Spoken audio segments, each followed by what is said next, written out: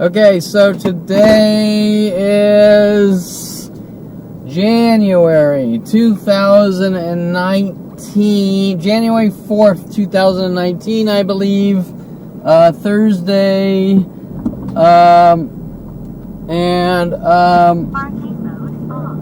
today's topic, I am going to continue.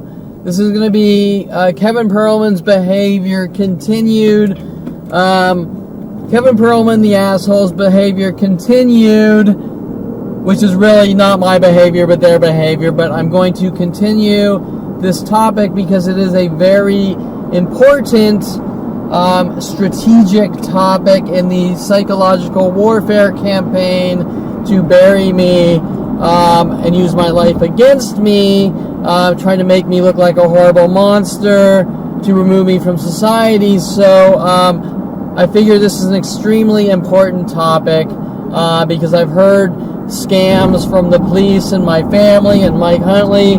It's all about Kevin's behavior, and nobody else's behavior in the world matters. It's just Kevin Perlman's behavior matters, kind of like watching everything Donald Trump does, right? Well, I'm not Donald Trump, but I'm sure as shit am 10 times more known than Donald Trump due to this mass crime spree against me. And I think I just missed the freeway exit ramp that I needed to get off on. Or did I? Let's see. Whatever, we're still going the same direction. It's just rerouting. So I don't really I have some notes written down, but I'm doing a lot of things at once, so I might be a little fragmenty on these topics, and have to keep looking back at the notes. The first thing I'm just going to throw in random events because there's no chronological order here or anything. I'm just throwing in examples. I'm just sort of nitpicking out of my life to give you an idea of the type of interpersonal communications or reactions I'm getting from my surroundings and people with authority, or people that are supposed to either help you or be decent people and just be people. And I want to show you how people are behaving around me when I tell them what's done to my life. The first thing I can recall telling a private investigator Miller about an incident, and I've had this response from several people, not one person, several people.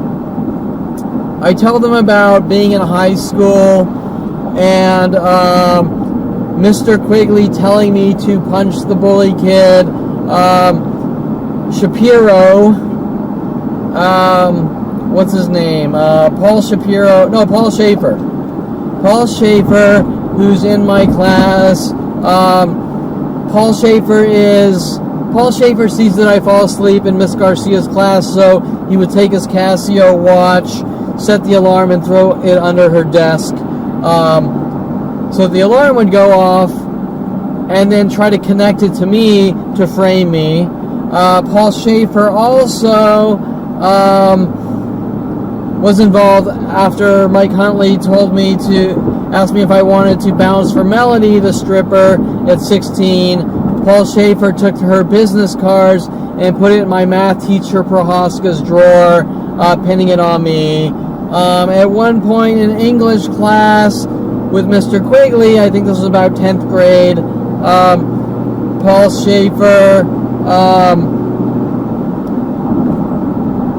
was pushing me over the desk, and so Mr. Quigley, my PE/English teacher, which was supposedly like this really cool guy, tells me Kevin hit Paul.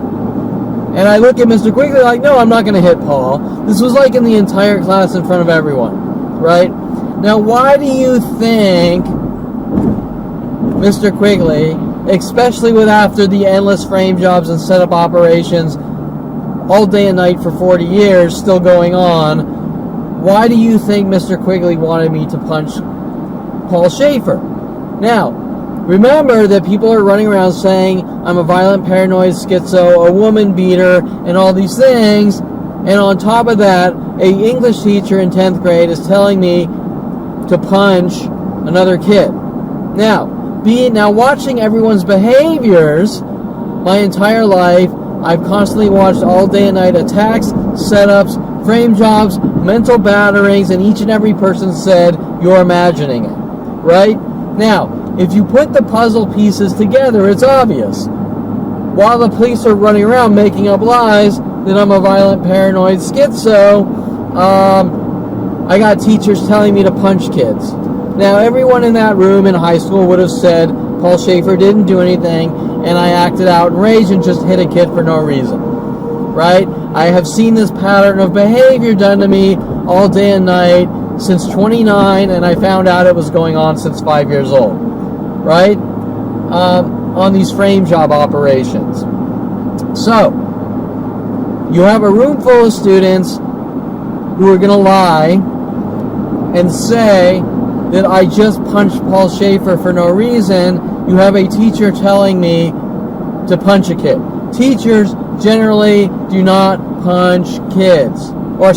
Teachers generally do not tell students to punch other kids because they get expelled or whatever. But remember, this is being done with the psychology community to set me up, to make me look like I'm a new problem and a public nuisance and a violent, paranoid schizo with agendas and ulterior motives to remove me from society.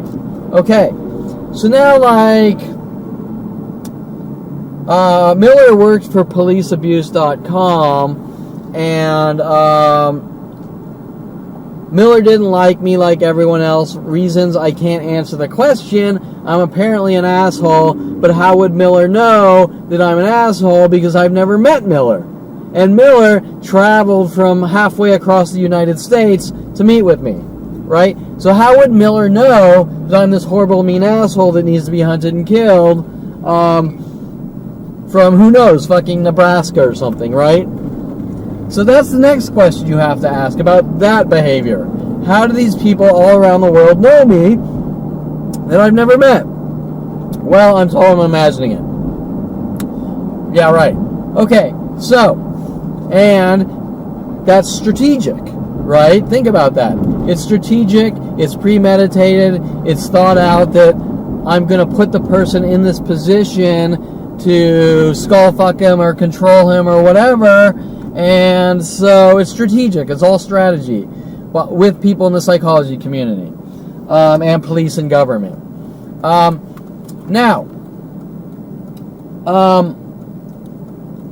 I tell Miller about this one incident in my life, trying to explain the situation to him and his response. Now remember, we're talking about human behavior, right? And the argument is that it's my behavior. So I tell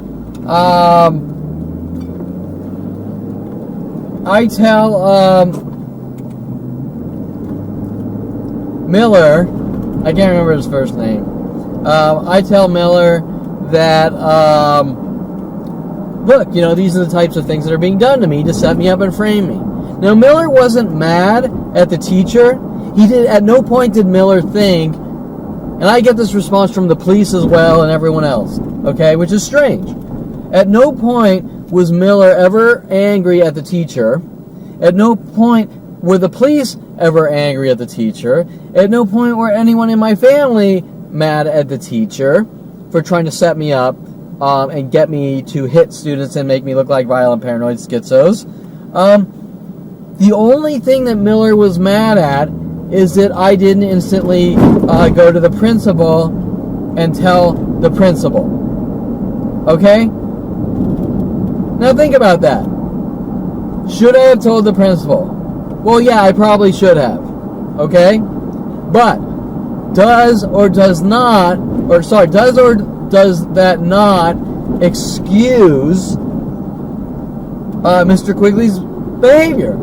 Whether it's one day or 30 years later, even though nothing's going to happen to him 30 years later, it doesn't excuse the fact that a teacher was trying to set me up, right?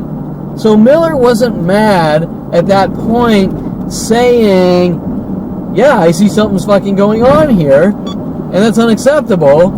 Miller's behavior with the police and everyone else is, you made the wrong decision.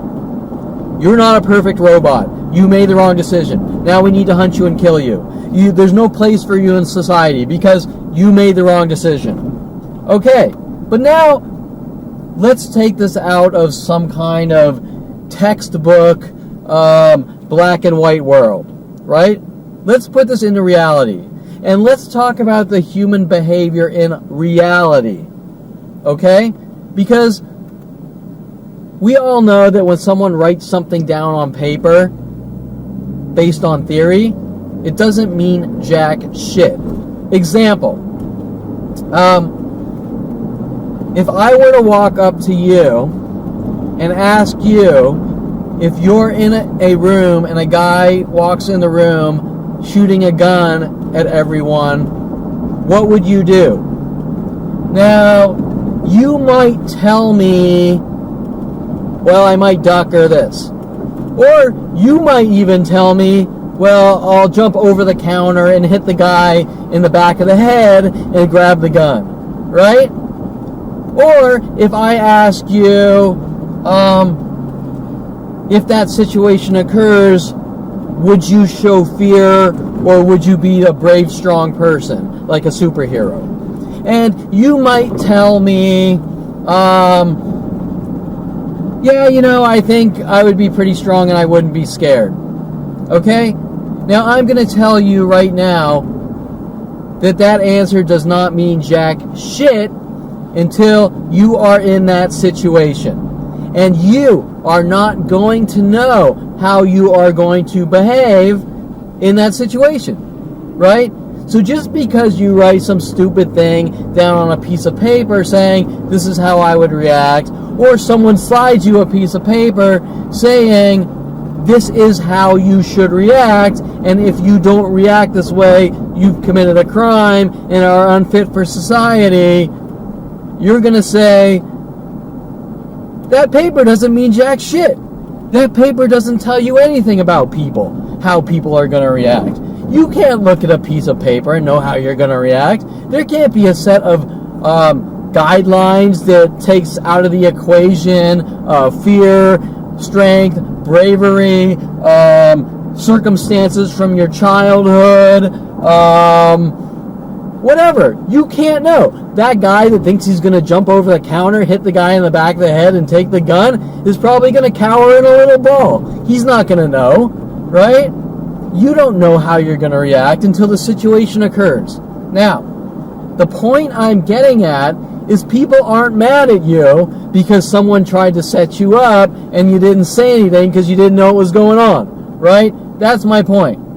Okay, now,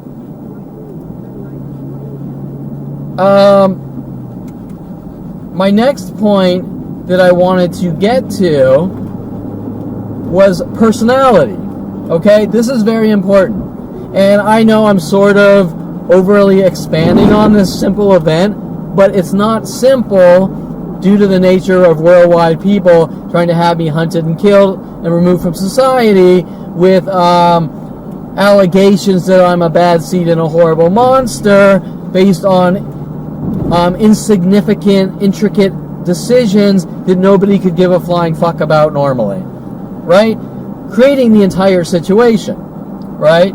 Now, who is, once again, when we're talking about human behavior, my behavior is perfectly normal, but to obsess on this insignificant situation and try to make someone look like a horrible monster for imperfect decisions in life is beyond any level of demented known to man. Example, you tapped your foot around Aubrey Fisher and there's a worldwide campaign for 6 years of people hunting you down, tapping worldwide to have you killed because you tapped your foot around a woman. Well, if you ask anyone, if someone gives a flying fuck if they tap your foot around a woman, they don't give a flying fuck, right?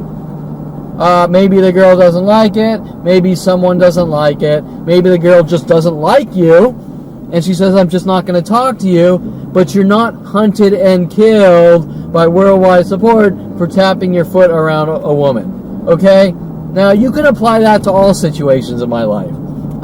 Since 5 years old. Doesn't make any sense. So, we're talking about behavior. Is the behavior of tapping your foot around someone right or wrong? Well, people do it all the fucking time. People tap their foot, people yawn during dinner, people chew with their mouths open, people blink more than once a day, and sometimes people don't like it. Sometimes they get offended, sometimes it annoys them, whatever. But the behavior of hunting someone down with worldwide support to kill them because you tapped your foot around someone is the behavior that we need to be talking about, and not you tapped your foot around a girl. Okay? So, once again, we're talking my behavior versus their behavior. Whose behavior is right and whose is wrong. Hunting down and killing someone with worldwide support for tapping your foot around someone that can say, look, I just don't like you, and just I'm going to stop calling you to ask you to do me favors, would have been the correct behavior on Aubrey Fisher's part, instead of I'm going to try to prove that you're a pedophile, I'm going to run you out of the photography and entertainment industry, I'm going to work with the police to have you killed, and I just magically have worldwide support with Tom Farley since 5 years old to do these things is even stranger. Okay, so back to my point. Mr. Quigley, let's talk about the context.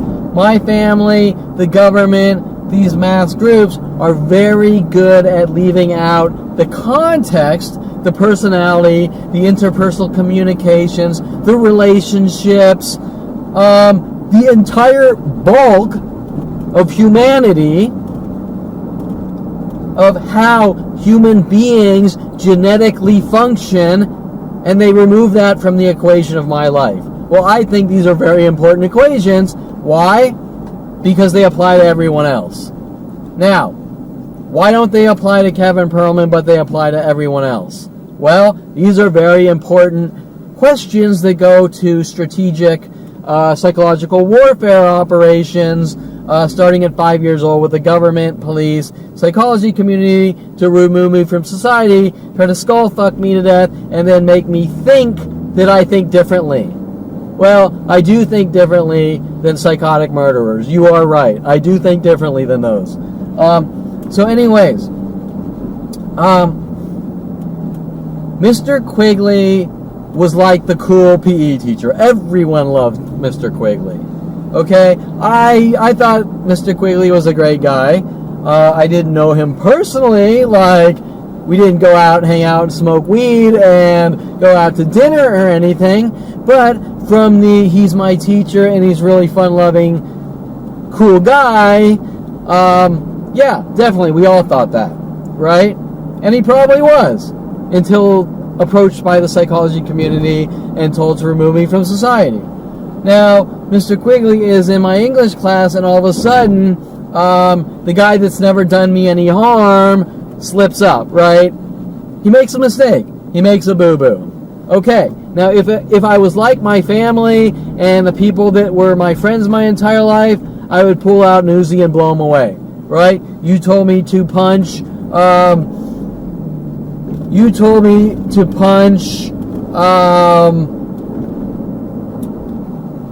what's his name? Paul Schaefer, and so therefore, you're a criminal, I'm going to blow you away. That would be my thought process if I was like my family and friends and the police who are stalking me with the government, right? And the psychology community. But no, I'm not like that. I'm a human being who bases my decisions on interactions and the bulk of my interpersonal communications, right?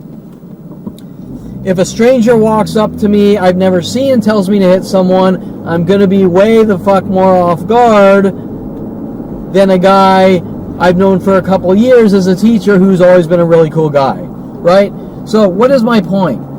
my point is that unlike my family and friends with their psychotically murdering black and white personality, who you fart wrong and a bullet goes in your head, I'm the polar opposite, right?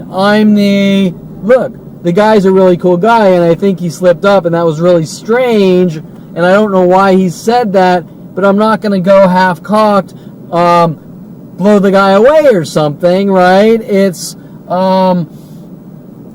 I'm kind of going to let it slide because I think he just made a really stupid decision, and why do I want to fry some guy's career if he just fucked up once, right?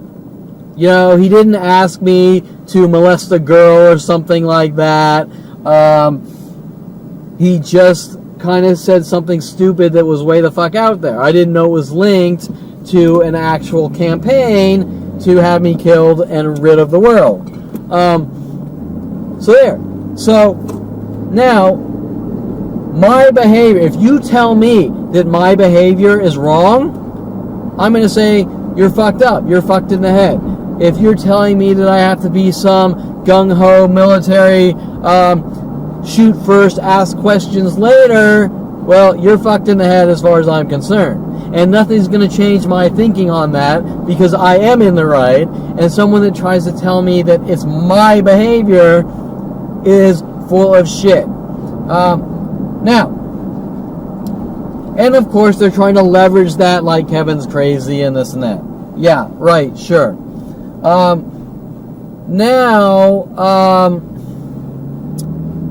I'm going to skip to Jen Hess and Rhodey Morales, which Jen Hess was someone paid off, possibly a prostitute, or she could have been an undercover FBI agent or someone, but she was sent after me with Paul Humphrey, Mike Huntley, Rhodey Morales, the police government to try to set me up and frame me, which they are desperately trying to cover up. And I haven't got into the Jen Hess conversations because I'm still way back at 16 on these conversations, right? Wanting to build a foundation showing you that way the fuck before Jen Hess, there were thousands of women sent after me and people, showing that Jen Hess is just another number in the equation. Same with Julia Sophia Reynoso, who was actually AKA Rhodey Morales, right?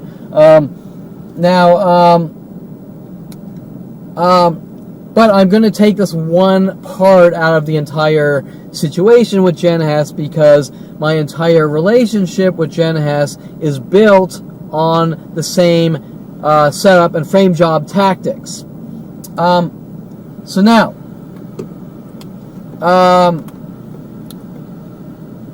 let's skip how I met Jen Hess. Let's skip me sleeping with Jen Hess. Let's skip all the shit and skip to, because Jen Hess was interlinked into some highly illegal operations. But I want to skip into just one thing. I meet Jen Hess. I sort of get to know Jen Hess on a superficial level, although she's calling herself Jessie something. I think working with Jessie Jane, the porn star, on these paranoid schizo tactics. After I meet her, she's pretending she's crazy and schizo. It turns out her real name was Jen Hess. She was married to a guy, and this and that, cheating on her husband, which they're turning around on me, all these things to try to cover up their crimes. And remember, she's directly linked working with the police and government. But Jen Hess, at one point, after we meet and sleep together and this and that, and I'm starting to sort of get to know her, although she's way the fuck out there and the weirdest thing I've ever seen, because she's kind of going into these weird schizo things, but she's not really schizo and this and that. And the more I get to know her, the more her friends are like, what the fuck is she doing? Her name's not Jessie, right? Just weird shit. And then, of course, they're trying to say that I made her crazy and just weird shit that doesn't make any sense. To cover up these government operations. But anyways, Jen Hess calls me on the phone, and she says, Kevin, I'm driving or something. Can you check my Hotmail for me? Well, sure. You know, we're friends, and not great friends. We're not like years and years of friends that have done everything, but we're kind of sort of superficially dating or fucking or whatever, and we're on the level enough where if someone comes in your life and they ask you to do their favor, like check your email, that really should not be a big deal, okay? Unless you live in a complete black and white, perfectly normal, a perfect world where things like shopping on the internet are dangerous to you, then yeah, this might make sense to you, but the reality of the situation and the context of the situation is that every person we know here shops on the internet, and people generally don't run around saying that it's scary to shop on the internet because someone can get your credit card number. Well, that was big in 1994 or 5. That quickly changed once people started shopping on the internet, right? So my point is that if you live in that paranoid world, then you might say that this is a problem and it's my behavior. If and only if you live in that anal retentive, perfectly square, black and white, fictional world, then this will make sense to you. Other than that, it won't make sense. So she calls me up on the phone and asks me to log into her Hotmail account and check her email, and gives me the password over the phone, and I do, because she needs to see her email because something is urgent, and read her email. Okay, well that's pretty damn harmless, isn't it? I mean, that's the type of event that we all deal with every day of our lives based on there's a little trust there, and really what's the worst thing that can happen? There really isn't much generally that can happen unless you live in the Kevin Perlman world where every aspect of your life by the NSA, FBI, and worldwide support is being collected to use against you, taken out of context to exterminate you. Then it's a problem. But how many people do you know on this planet that that's happening to, aside from me? And there's probably maybe a few others, but it's highly unlikely, right? Okay. So, that being said, that this is a harmless situation unless something freaky is going on.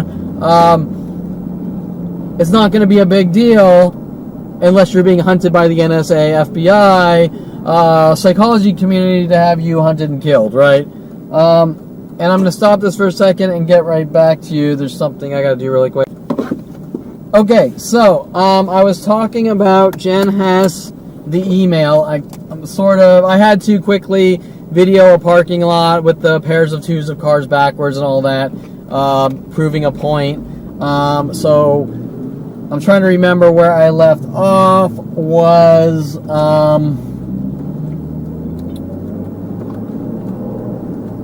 let's see.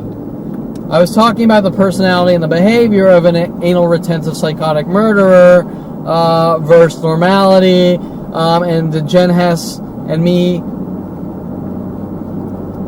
Jen Hess asking me to call her up on the phone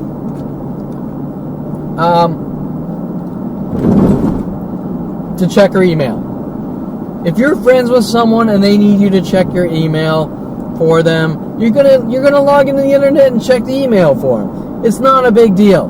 Nobody's gonna tell you that that's crazy, reckless, careless behavior like Mike Huntley, who was sent after me to have me killed since 5 years old. Or they sent him after me at 14, but this starts at 5. But you can understand how their assassination programs work. Mike Huntley says it's my careless, reckless behavior of checking a friend's email for them. Right? Doesn't make any sense.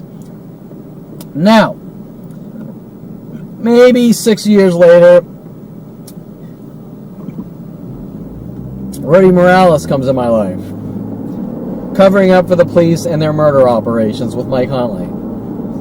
And Rody Morales is driving around, and this is where the coincidences and the twos comes in. Rody Morales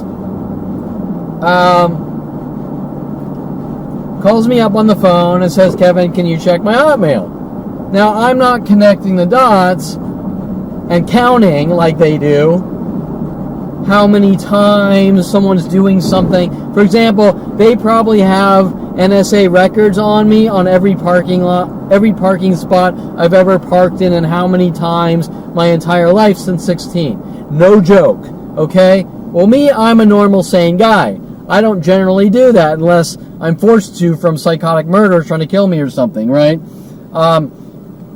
So I'm not counting. I'm not counting how many people are calling me up on the phone asking me to check their email for them. While it is a small bit strange, it's not the weirdest thing. I'm a man, because if you have friends, and you do things for friends, and things like that aren't uncommon for friends to help them out when they need their email checked, and you're not on alert thinking that there's setup operations from your friends. And remember, some of these friends I knew for years. Rody Morales I probably knew for several years. Jen Hess, I believe I spoke to her on IRC before really knowing her for several years, on and off. I met her, I knew her for maybe in person, maybe 6 months, I can't tell you. But you understand how this isn't some random stranger walking up to you. This is people who have whittled their way into your life, right? Example, I knew Mike Huntley 25 years. 25 years. If Mike Huntley asked me to drive down to Jack in the Box and get him a hamburger, I wouldn't think that Mike Huntley was setting me up for a crime, right? I knew the guy for 25 years. Okay? So there are contexts to all these situations which are all left out. Okay. So now, telling Miller, telling the police,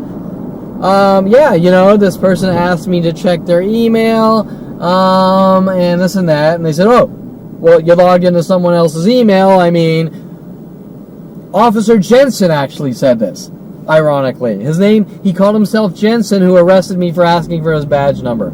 Officer Jensen said,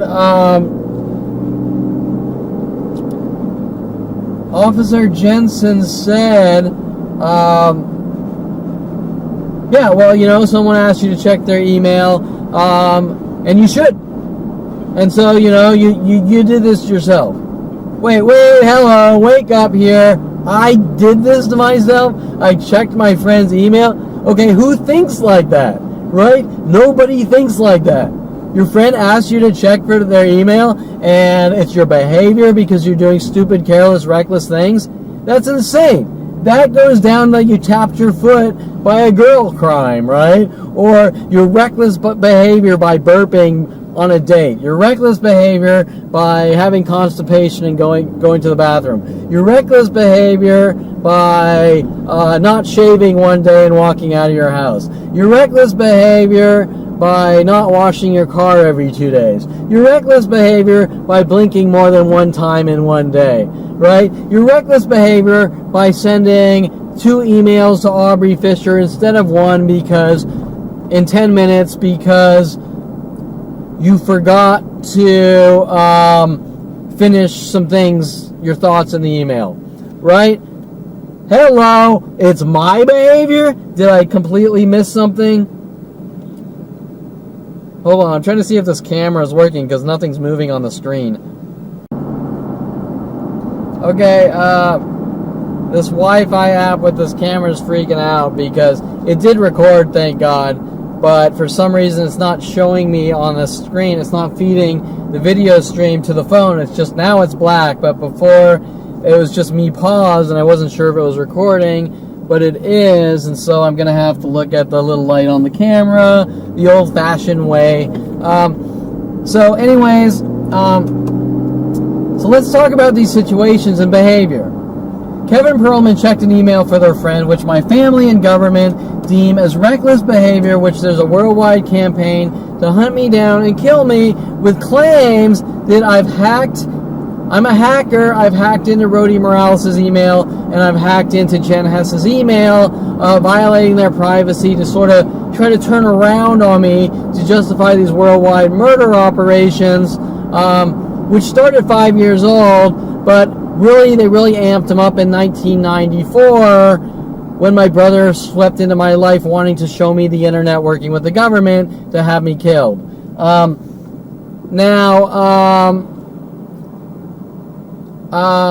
Rody Morales came in, 2000 or something, I'm not sure, and Jen Hess a few years before that. I'm not sure the time frame. I know I moved back to California in 98 or something, and Jen Hess was probably there around 2000, and then Rody Morales came in several years after, trying to solidify their murder operations with the government.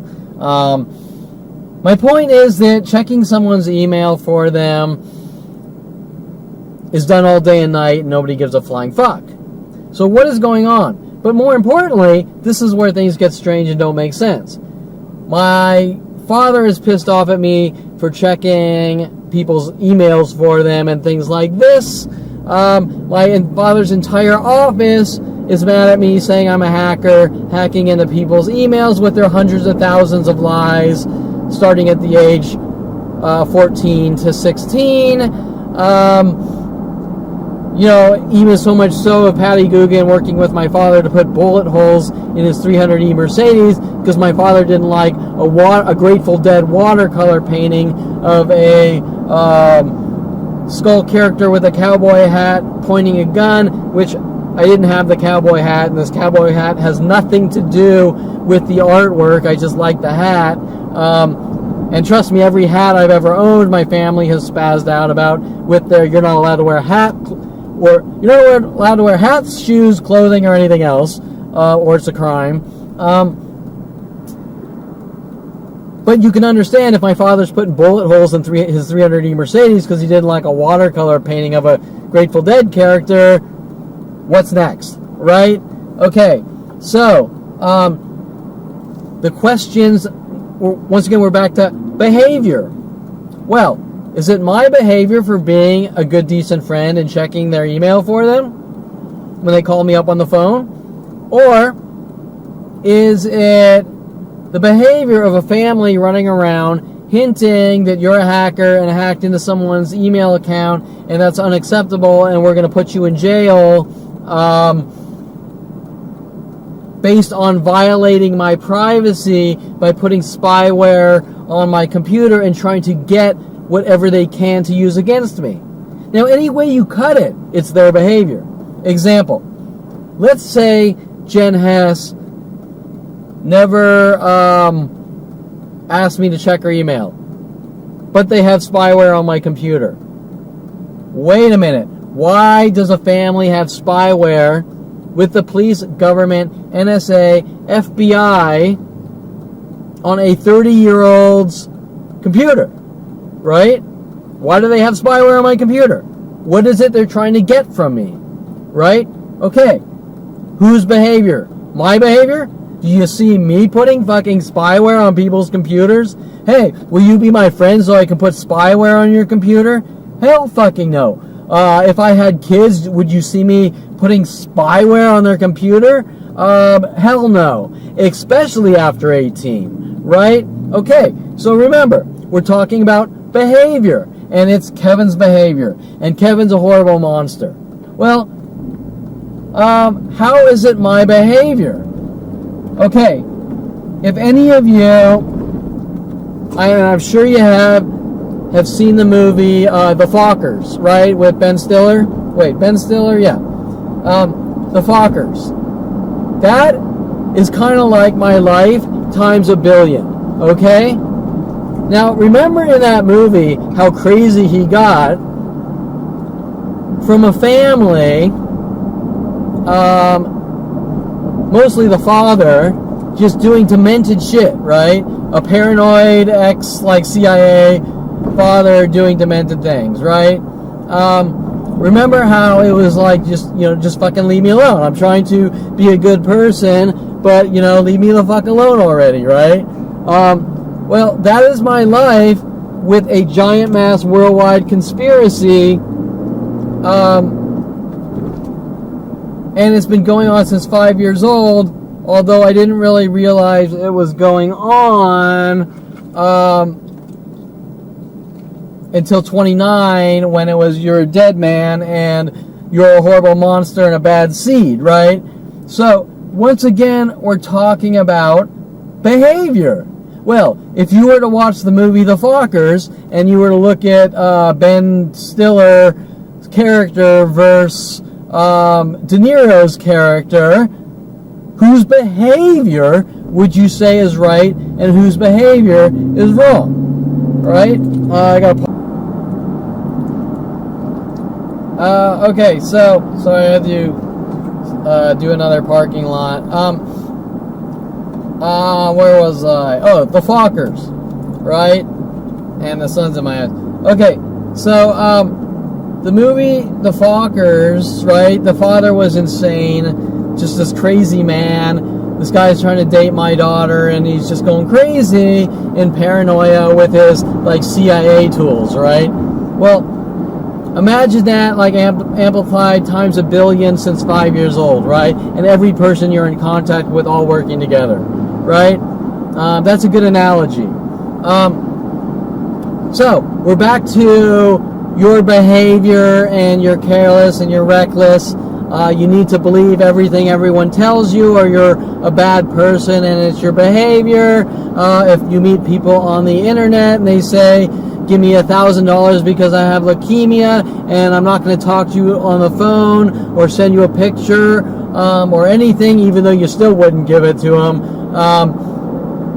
All their friends are coming after you, saying you better believe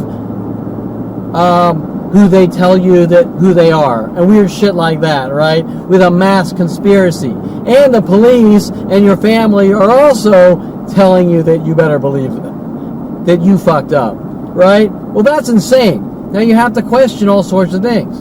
You have to question why your own mother or father would tell you that if you don't believe some stranger that says I'm this person and I'm crazy, or this happened or whatever, that you have to believe them, that you've never even met or spoke to.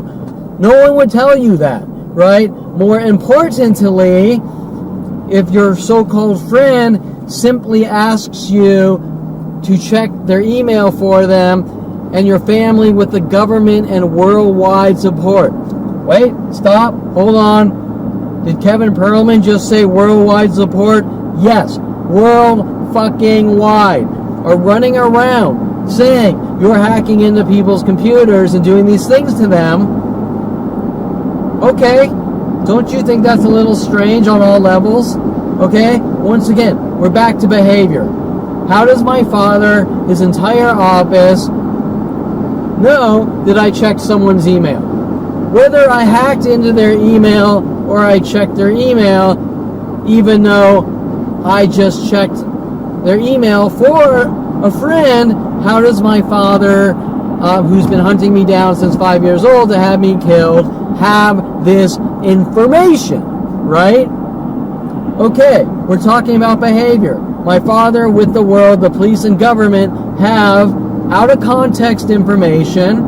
It has never been in a courtroom. It has never been proven. There has been no argument whether it did happen or it didn't happen. Yet they all have this information, yet they won't directly admit it. They keep hinting, you know what you did, and you're a hacker. Right? How do they have the information if they're not up to something highly illegal? Period. The end. How do they have the information? If they have the information, they're violating my privacy. Period. The end. If they have the information. The Constitution of the United States says your privacy is protected. The police are not allowed to do unwarranted searches and things like that. The police are running rampant with my family. Okay? So, what was my crime? I did a favor for some hooker paid off by my father, Jen Hess, sent after me to have me killed in these operations. Okay, now you're saying, gee, that's fucked up. That's some fucked up behavior from Kevin Perlman's family, the police, the government, and worldwide support. But wait, what you really need to understand is those examples, Rody Morales asking me to check email and Jen Hess not only aren't coincidences, but from 1994 to 2019, now these operations have been done to me all day and night from worldwide strangers. Okay? So what I am telling you is it's not just Jen Hess asking me to check emails or Rody Morales. It's women on Twitter trying to manipulate me to websites like myfreecams.com, where they're hooked into figuring out ways to monitor if I watch feeds through illegal operations on their websites, all directed at me. Companies like eBay, Grubhub are all involved in doing things like this to try to set me up. Fox News involvement, MSNBC involvement, Starbucks Corporation involvement, Coffee Bean Corporation involvement. Wait, that's pretty fucking crazy. Victoria Walker sent after me by Brian Longbotham, working with Universal Studios for some reason, and Brian Longbotham asking me to do jobs with these frame jobs. Victoria Walker working with Rody Morales. Rody, I'm going to take you to strip clubs. And Victoria Walker saying, Kevin, I work at partypop.com, calling me up on the phone. Kevin, can you check partypop.com on this webpage where a girl, a stripper or escort's name, Stephania, pops up on my web browser, and then Rody Morales takes me to Foreplay, and Stephania follows me to Foreplay, so that why? So that what appears on my computer monitor appears that I'm stalking this person, right? And my point, and then after years of being around Stephania, then for some reason she gets mad for no reason, and I'm abusing women, right? Although Stephania was actually linked to, back in 1996 or 7, Stephanie from IRC, when I was in University of Colorado, sent after me by the Colorado police or FBI to have me hunted and killed. Okay? So all these things are interlinked and connected, but my point is that this one example of me being, of my behavior, that's the argument. It's Kevin's behavior and Kevin's reckless because he checked his email for a friend. That is not reckless behavior. That is like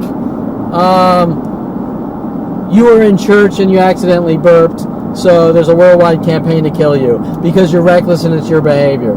Okay? My point is, it is not my behavior, that they're ratcheting down tighter and tighter with worldwide support with these arguments that don't make any sense, okay? That nobody's going to believe, but there's nothing you can do because there's a worldwide murder campaign to hunt you down and kill you over things that don't make any sense. Now, let's take it to the next level. What is it they want? Well, they want me running around saying things that don't make sense.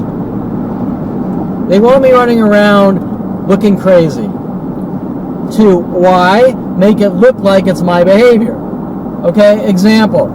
If I'm running around going, the government's after me because I checked my friend's email, you're going to say, you flipped out, dude. You're fucking, you just went crazy, dude. You're paranoid, dude. Nobody's coming after you for checking someone's email. Right?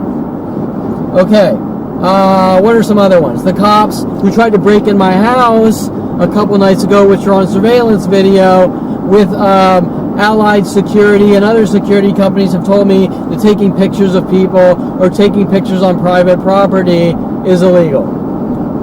Okay? Hello? If taking pictures of people or on private property was illegal, security cameras would not exist, photography would not exist. And Allied Universal hinting about Universal Studios and some of Brian Longbottom's frame jobs at Universal Studios. Can you imagine being told that it's illegal to take pictures at Universal Studios or Disneyland? I mean, every fucking yabo, every tourist has a camera and a video recorder at Universal Studios and Disneyland and these theme parks, right? Can you imagine being told it's illegal to take a picture of a person or on private property at Universal Studios or a theme park? You would be like, did I fucking miss something? I just took a picture of my wife and there's 1,000 people in the frame. Did I just commit 1,000 felonies? Yeah, hello. Okay, so when this Allied Security guy told me it's illegal to take pictures on private property, I also have death threats from Officer Toro at Encino Starbucks, not really his real name, but a LAPD officer told me that if I ever take a picture of a person, he will exercise the law in his own way. What do you think that's really about? Do you think that's about me breaking the law by being on Universal Studios property and taking a picture with a camera? Or do you think it's about me having incriminating evidence of a murder operation? Hello, wake up. Okay, so 100 feet, turn left toward Russell Ranch Road. Okay, I see what I did. My volume was off, so it wasn't telling me anything, and I wasn't looking at the GPS. Okay, so my point. Left toward Russell Ranch Road, then turn right. My point is that. So now, what do they want me doing? While blackmailing me, threatening my life, and trying to have me killed, with the police, government, telling me to not get any proof of the crimes, basically, although this starts with photography way before... Toward Russell Ranch Road, then turn left. This starts way before I was documenting these crimes. Road, then turn left onto Russell Ranch Road. This starts when I got into studio photography. Road, then sharp left onto Lindero Canyon Road. Sorry. This starts way before I got into studio, or way before I was documenting the mass murder operations against me. It actually starts when I got into normal photography in college, and then I got into studio photography and other types of photography. But as the more they came after me for having a camera, why? Because they don't want anything incriminating against them. The more I started documenting the attacks, right? Left onto Lindero Canyon Road.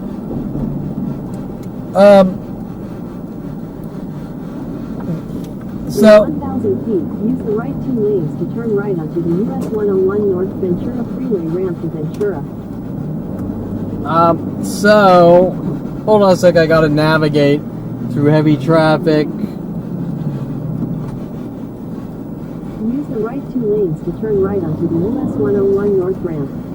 And a guy cutting me off, or not really cutting me off, but seeing that I need to get in and then speeding up. That type of like asshole driving. Okay, but anyways, which then he'll probably run around telling the world that I did it to him, right? Okay, so anyways,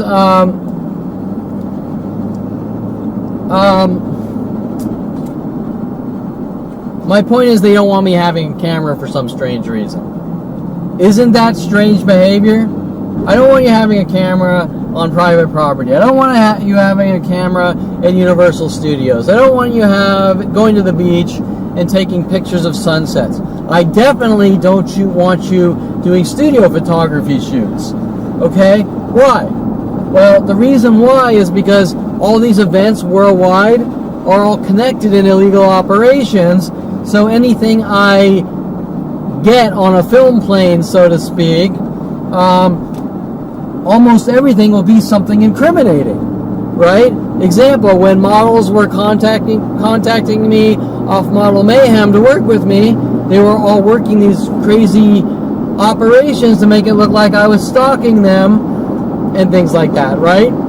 So last thing you want is to stalk a guy and be on their film plane, which is pretty stupid to contact someone saying do a photo shoot with me if you don't want proof of them being in your life, right?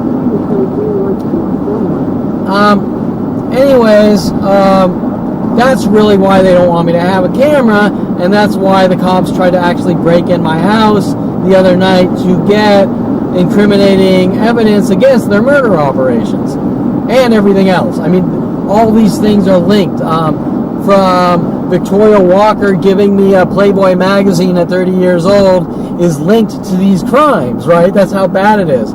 So they don't want me to have anything that can link them to their crimes and them going, Kevin suffers from obsession and is crazy and he needs to move on and never think about his past. Well, isn't that pretty strange behavior to tell someone not to be curious, to tell someone not to ever look at their past, to tell someone not to connect events that are associated? Example, every time I go into the police department to document tire slashings, we're on something like the 7th tire slashing.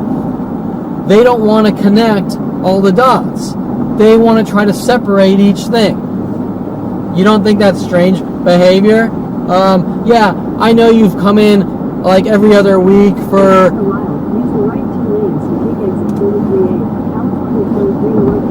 I know you've come into the police station for like 15 years, once a month, reporting crimes. Don't you think something strange is going on, Mr. Police Officer? Hello?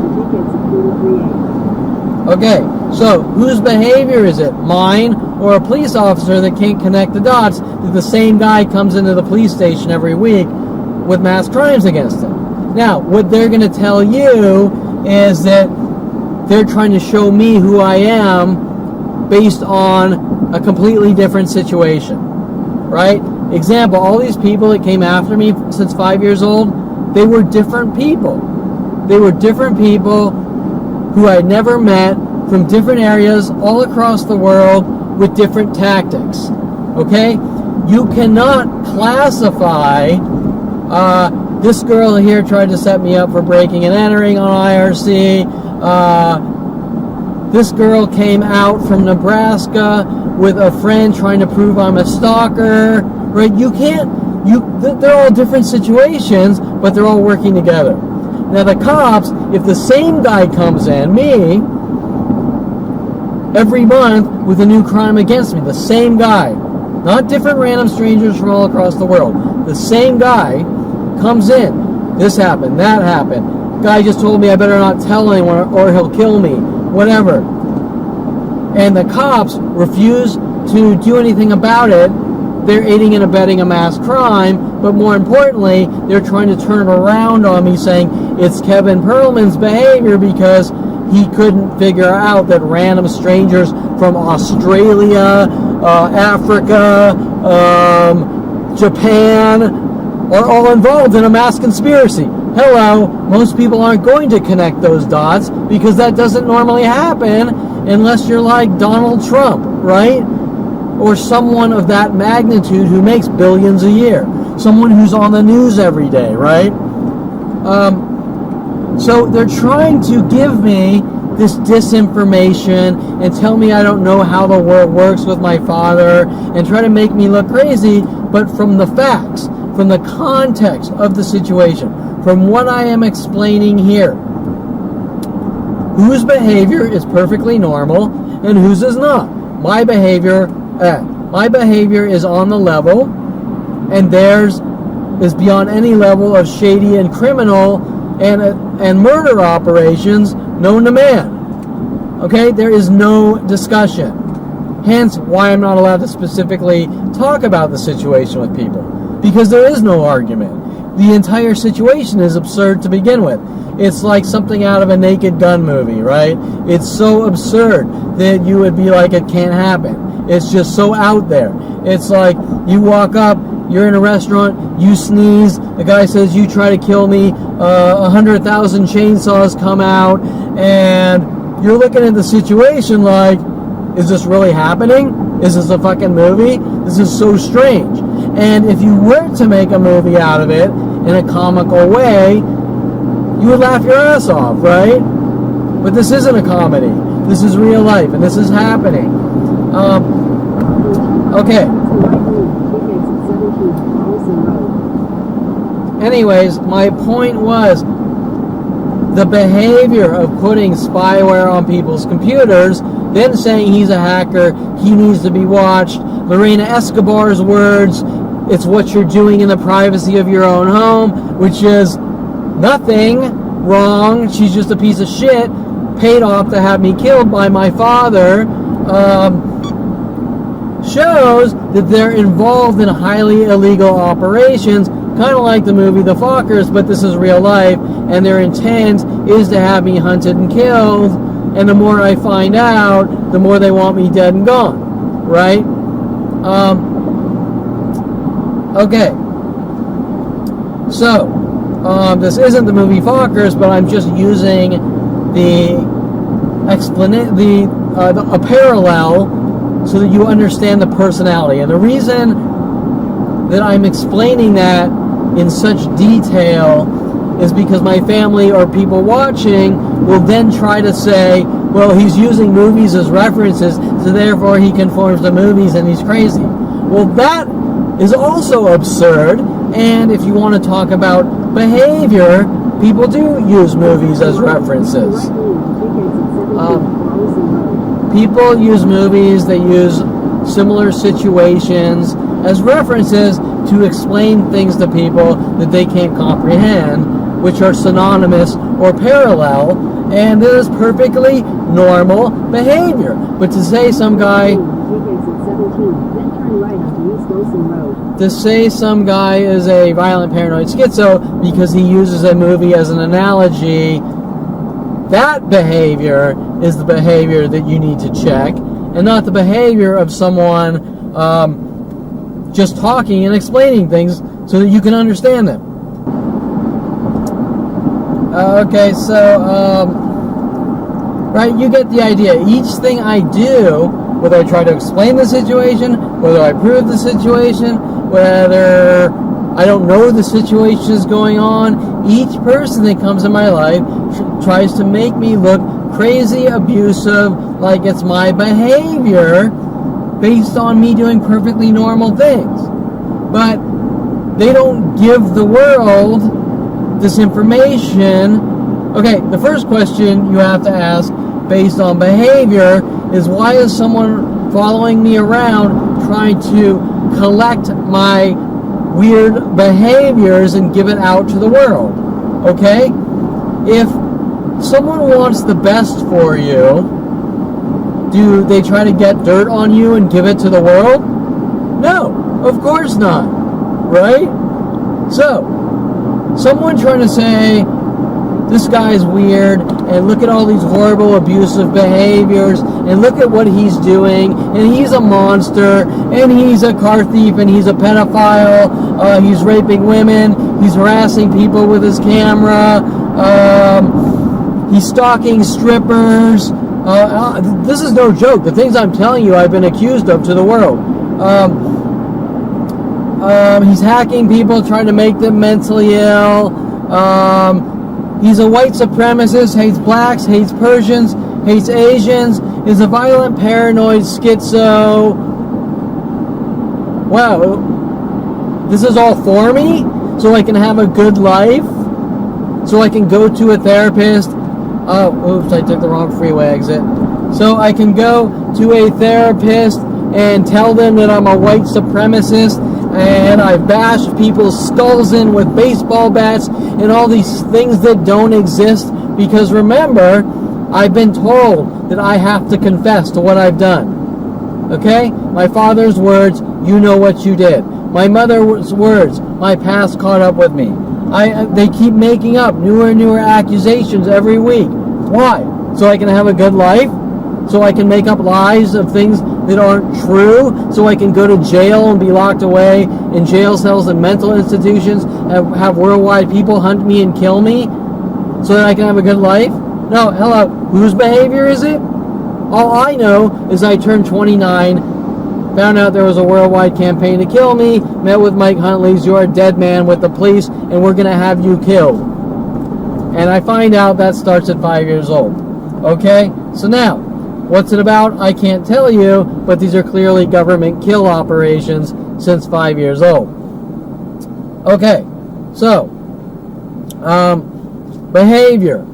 What kind of person invests 25 years trying to set up and frame their friend all day and night, 24/7, which would be Mike Huntley, but also Tom Farley spent 30 years, and Paul Humphrey also spent 25 years, and Adriano Olivares spent about 4 years, and Steve McPike maybe spent 4 years, and Brian Longbottom spent 15 years. Wait, we're talking about behavior now. Well, all these people in my life, Tom Farley starting around 6 to 8 years old, Mike Huntley, my own father reeling me in, getting me close to him after college to help hunt me down with his agenda, get me to work in his office. All these people, all of them, had the personality trait, keep my friends close, keep my enemies closer. Okay? And fit the personality of psychotic murdering mobsters that say, hey, Kevin, come over and have a cloth on the ground, like a tarp on the ground where they blow your fucking brains out. The only difference is they don't use guns, they use psychology. And remember, these psychological warfare tactics were developed for a reason. Okay? What is the point that I'm getting at? The point I am getting at is that what I have witnessed the last 18 years, which has been done to me since 5 years old, they aren't things that people do. Normal people don't do what's being done in my life. Does that make sense? We are not born with strategic psychological control tactics. Okay? We are not born with these things. They have to be given to people by people who study human behavior, and they have to be given to them to do in mass groups, packaged for a reason. You're not born learning about, for example, how to control people with trigger mechanisms or torture people by pushing trigger mechanisms with mass groups. Do you understand what I'm saying? You're not born with this knowledge, and they don't even teach you this knowledge in college, right? So, how do all these people who are doing these things in my life know what to do and how to do it, and how are they packaged and given out to mass groups, right? Where's the education coming from? Does that make sense? These things being done to me, they don't happen. They can't happen. I mean, yeah, you can meet someone abusive and go, I don't like that guy, and walk away, but mass groups using strategic psychological terror tactics in a thought process it is unheard of, that you could not know from human life. They are designed to torture and kill.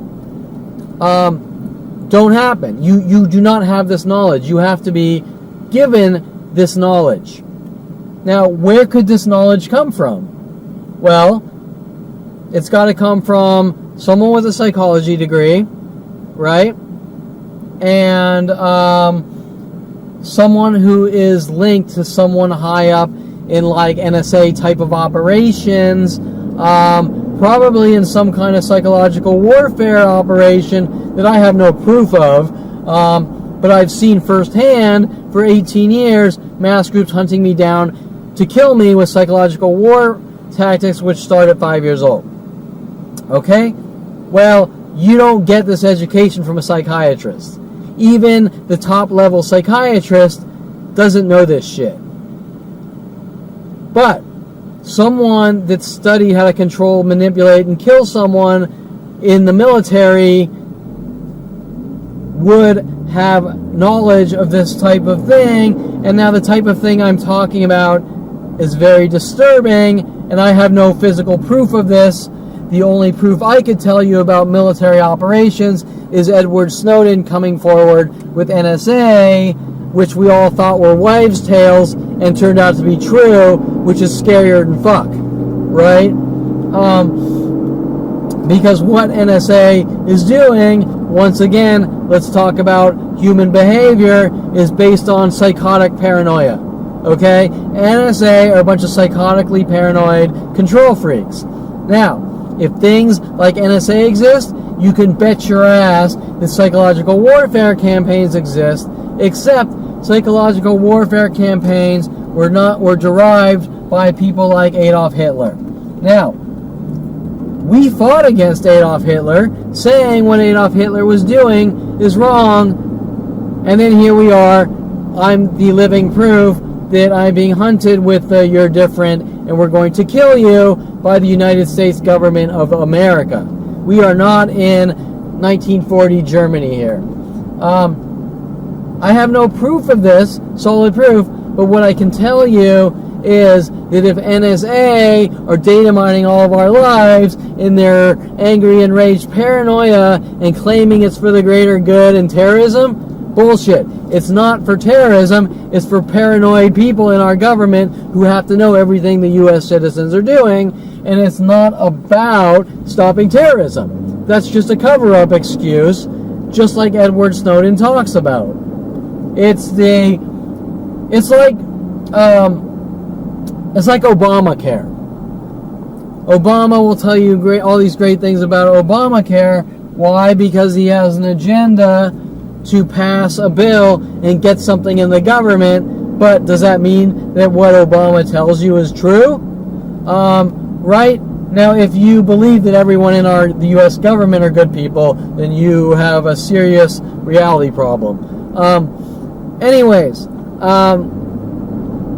So let's go back to behavior and examples, because I think that explaining the Jen Hess and Rody Morales, will you check my email, which no one normally could give a flying fuck about, is not a horrible behavior, but hunting someone down, trying to kill them for checking their friend's email for them with worldwide support is a serious issue with behavior in conspiracies and mass groups.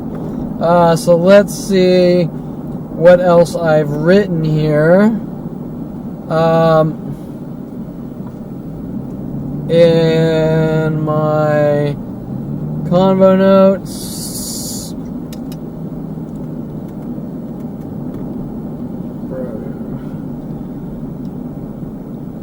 Okay, no, this is an excellent example.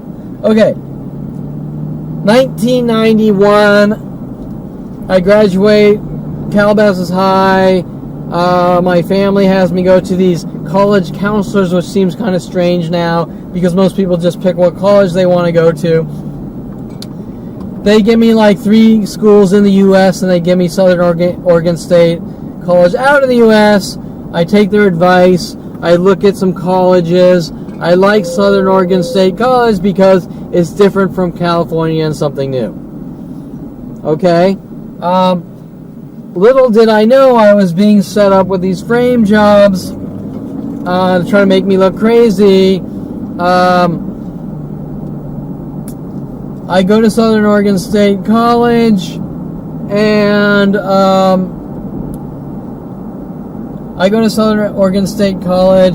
they have a girl named Kelly Hatch follow me up from Calabasas High School to Southern Oregon State College. while I was in Calabasas, my brother and his friends were running around singing because her name is Kelly, Kelly, Kelly, Kelly, Kelly, for some reason. Although what you need to know about my history with Kelly before Southern Oregon State College is I had zero contact with Kelly Hatch ever. I was never friends with Kelly Hatch. I never spoke to Kelly Hatch. I never had any interactions with Kelly Hatch. Nothing. I did not know her. Other than a visual from maybe seeing her around once or twice on campus. Zero contact. Nothing. Kelly is sent after me to follow me up to Southern Oregon State College, where it turns out Kelly must have fit the profile of a government, someone young that could be manipulated by the government, right? As like a narc or something, right? So Kelly Hatch follows me up to Southern Oregon State College with the FBI, police, government, NSA to rid me of the world, remove me from society, and the whole time working on me, I didn't even know it. So once again, Kelly Hatch is trying to get whatever dirt she can use against me. Now, I'm not going to tell you I wasn't maybe a little weird or chumpy at 21 years old, because every fucking 21-year-old is a little weird and a little chumpy. And maybe me even a little more out there. Whatever. Now, is it the behavior of someone being a little weird and a little chumpy versus a girl told to follow someone up there with the government to get whatever dirt they can to give to the world to use against them, a normal behavior? Because remember, in most life, we learn from our mistakes, and that's how we grow, right? You're not told you better be a perfect robot or you're a dead man, because everyone would be dead, right? That's impossible. People grow up, they make mistakes. Now remember, when I'm talking right now, saying mistakes, I'm not saying mistakes like lopping people's heads off with machetes here. I'm talking about perfectly normal mistakes. I went out on a date, I acted like an idiot, the girl broke up with me or didn't like me, I moved on, I didn't do it again. Right? Mistakes. Okay? We're not talking crimes. Remember, my life, there's no such thing as mistakes, and every mistake is a criminal act. Okay? And that is weird and strange behavior. Right? That is not normal. So my point is that we're talking about a family and the government, and we're watching you, and you better be a perfect robot or you're a dead man, is not normal behavior. And remember the examples. You check your friends' email so you're being hunted by an entire planet of people. You tapped your foot around Aubrey Fisher and you're being hunted by an entire planet of people. You emailed Aubrey Fisher more than once in 10 minutes, so you're being hunted by a planet of people.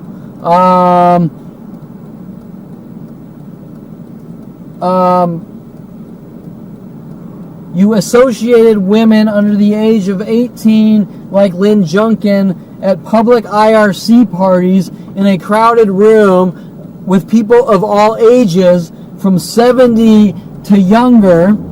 So you're a pedophile, and you need to be removed from society, right? Do you understand what I'm saying? Not one person on this planet could survive under these circumstances. You were born and you're just ratcheted down on tighter and tighter until you're dead, no matter how perfect you are. And not by one person, by a planet full of people. Okay? Now we're going back to human behavior. Well, human behavior dictates that there are some very fucked up people in this world. I am not going to disagree with that. But it is usually one of them at a time. not worldwide groups. Example, maybe you meet someone, they're an axe murderer, right?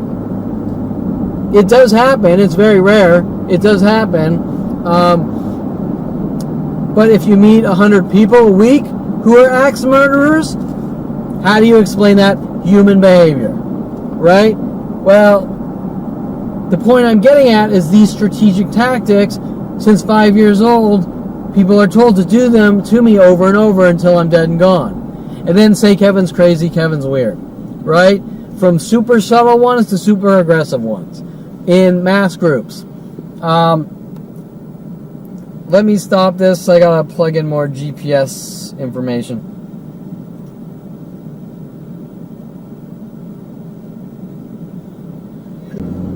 In 800 feet, turn right onto Wellesley Drive.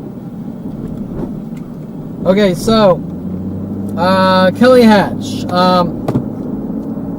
I see Kelly Hatch at Southern Oregon State College. I recognize her, but Turn right onto Wellesley Drive, then turn left onto Waverly Heights Drive. But it's very hard at the time for me to place her because I was never really friends with Kelly Hatch in high school, but she looked really familiar, right? So I go, I know you. Where do I know you from? And she says, well, I don't know. We start to talk, and she says, well, I went to Calabasas High.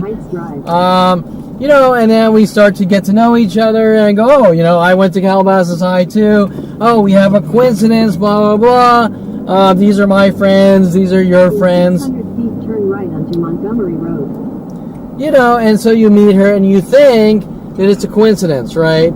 You think, oh, you know, Turn cool. right onto Montgomery Road, then turn left onto East Jans Road. You think it's a coincidence, and you think that, oh, you know, someone from Calabasas High is up Turn here left onto East Jans Road. that I never really knew in high school, but it turns out she was sent after me, and the more I got to know her, I actually really liked her.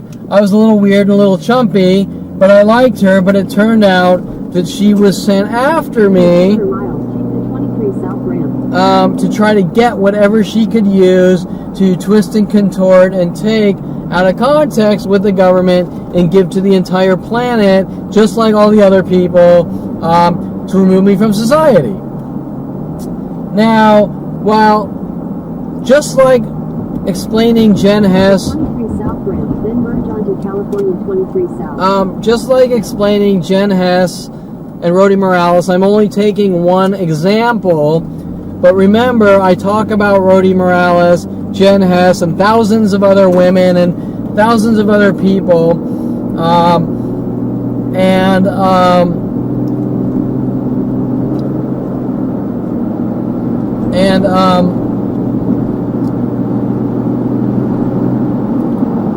sorry, I'm a little tired, and I'm looking at a GPS, and remember, I give you one example of Jen Hess. Remember, Jen Hess's behavior of these setup and frame jobs and trying to flip me out or make it look like I'm a horrible, mean monster were endless. Rody Morales's were endless for years as well. Mike Huntley's endless for 25 years. Brian Longbotham, endless for 15 years. Kelly Hatch, same thing. In half a mile, use the left 2 lanes to take exit 12A for US 101 south toward Los Angeles. I was only friends with Kelly for about, I think, a year and a half. But during that time period, she was working all the angles to try to remove me from society, right? Now, I'm just going to give you Lanes to take exit 12A. one example that is, oops, hold on. What is it? Continue on Raise US Adobe. 101 south for 5 miles. Oh, I screwed it up again. Because I had my GPS in a really small window now. Okay, so In a quarter mile, merge onto US 101 north. so remember, Jen Hess, I gave you one example of these endless things. And same with Rody Morales. So now I'm going to just give you one example of Kelly Hatch. US 101 north, then use the right 2 lanes to take exit 44. I just want you to understand that these aren't slip-ups. These are continual behaviors to exterminate me. Use the right 2 lanes to take exit 44.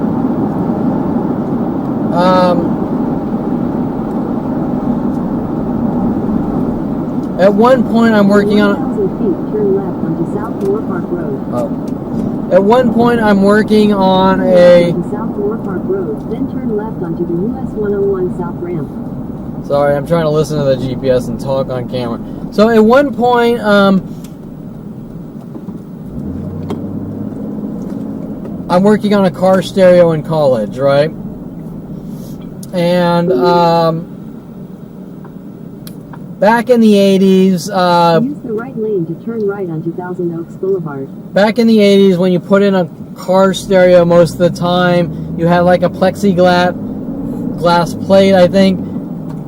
I'm not big on today's stereo technology. I think they call them like a single dim or something like that. On Thousand Oaks Boulevard for 1 mile. And if you had a bigger one, it's like a double din or something.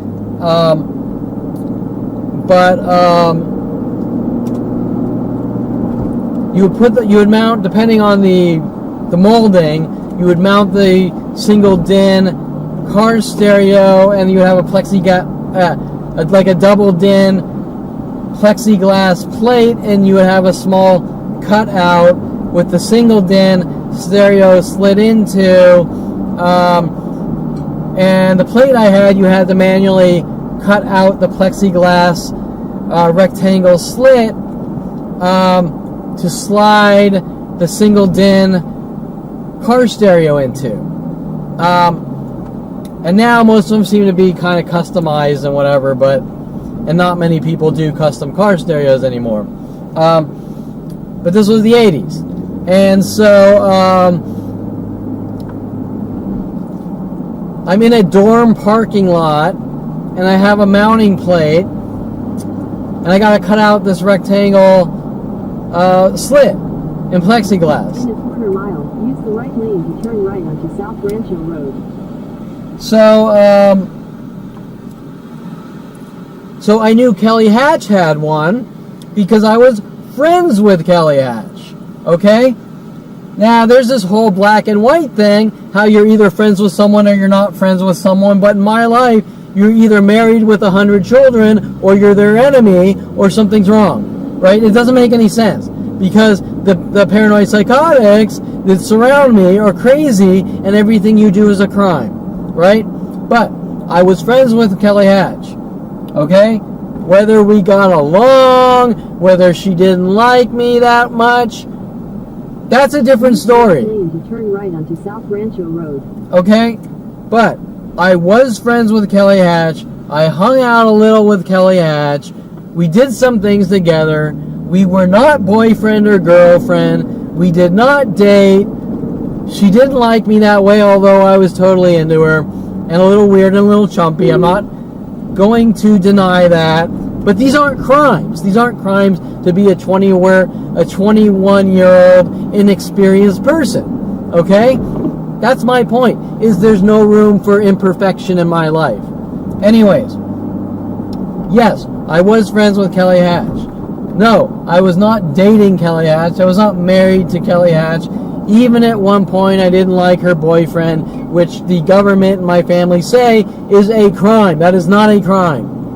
Okay, nobody can give a flying fuck that someone doesn't like someone. Okay, now,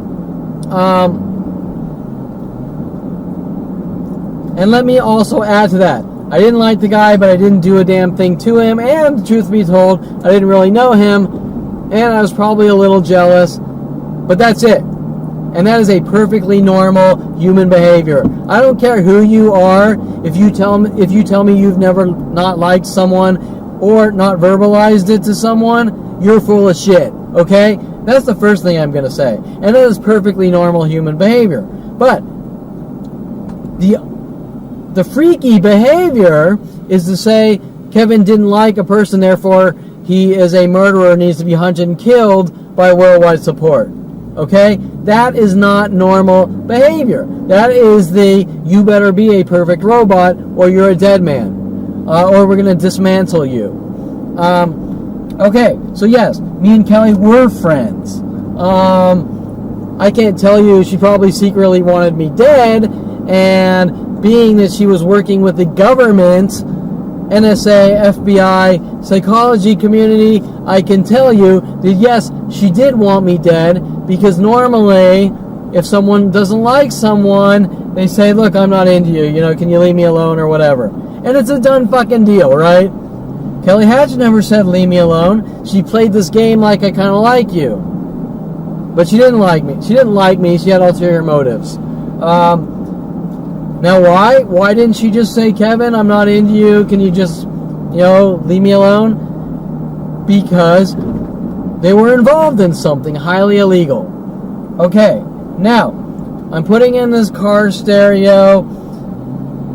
Because we're friends, I know she has an art kit, and I know she has an X-Acto knife. I know she's taking classes for theater set design in Ashland, Oregon, Southern Oregon State College, which is geared around the Shakespeare Festival.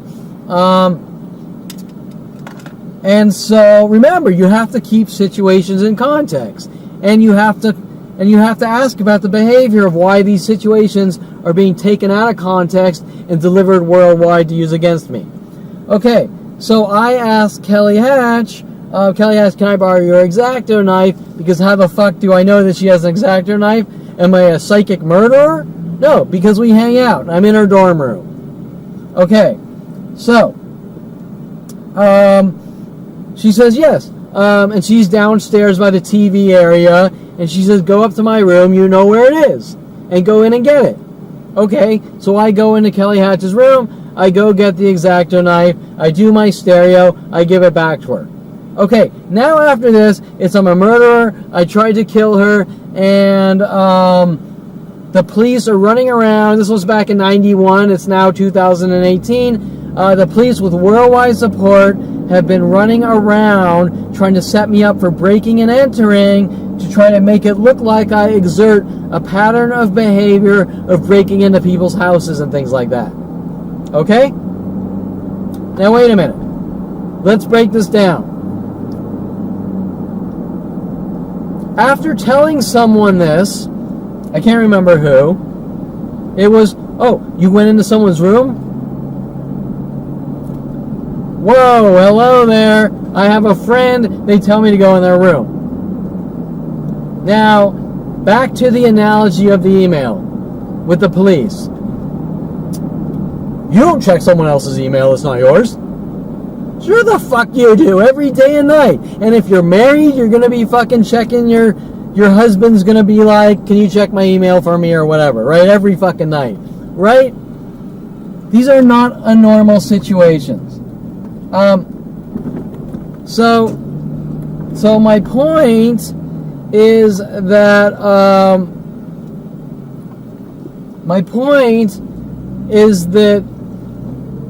not only are these abnormal situations, but you have to understand the dirt collection process, right? It is perfectly normal to ask your friend to borrow something, them to say, go to my room. It is perfectly normal to say, hey, I'm coming over and we're going to have some beers, and maybe your friend walks in your door because they've known you, right? Okay. I've never heard of a situation where someone said, come over, we'll have some beers. Maybe their friend walks in their door without knocking, and the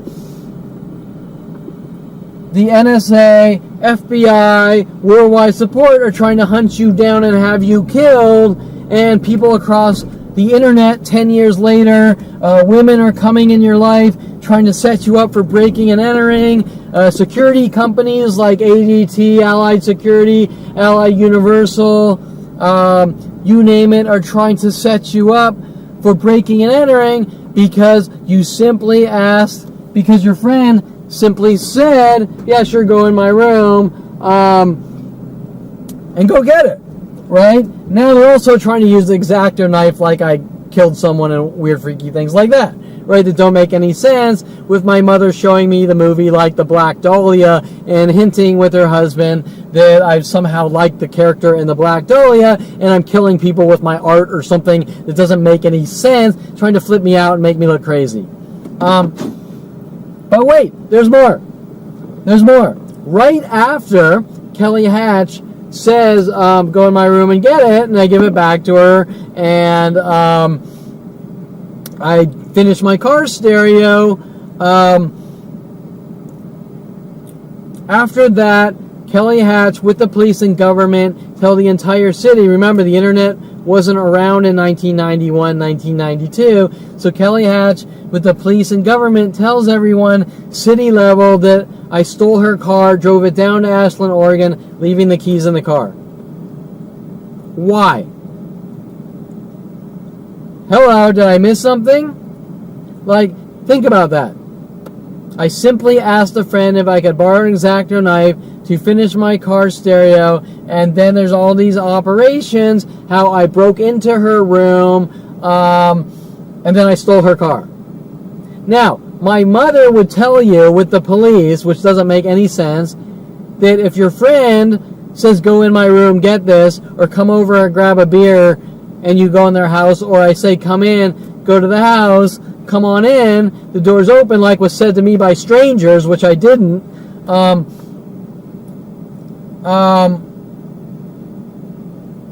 nobody's going to come after you for that. They're going to say these people are friends, and their friend said, yeah, do this. And your mother's not going to say, well, you're reckless because you went into the room when they didn't let you in, even though they said you could, because nobody lives life on that intricate level of paranoia. Do you understand what I'm saying? That's perfectly normal. Come over. If Tom Farley called me and I didn't know he was a low-life murdering piece of shit, I would say, come over, whatever, come on in. I'm upstairs working on my photo studio or something, right? That's perfectly fucking normal. Okay, so now the cops and my family are saying, well, you committed a crime because you broke into her room and this and that. No, I did not break into her room. She gave me permission. Okay, and worst case scenario, if I did go into her room without her permission on college, nobody would really give a flying fuck anyways, right? But she did give me permission. Then the police and government start creating the pattern of, we're going to make it look like he has a pattern of behavior of breaking into people's places, and so they start lumping all this fiction together like they do with everything else. And I'll expand on this. I'm starving.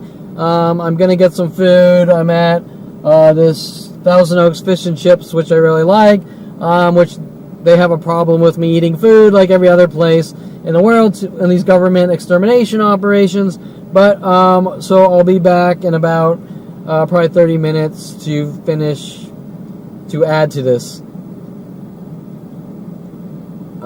If I can figure out where the stop button.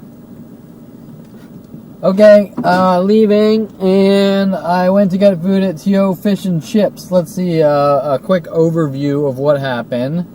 There is a girl behind me, showed up, parked backwards in a yellow Volkswagen Beetle, the Mike Huntley car. Another guy pulled up, I think it's a white Civic, just sitting in his car watching my car the whole time. 2 or 3 people came in the gray and black pattern. Solid black pants, solid gray shirts. One lady sitting behind me. The employee said alrighty, which is a mimic of me joking around from Jim Carrey on Twitter.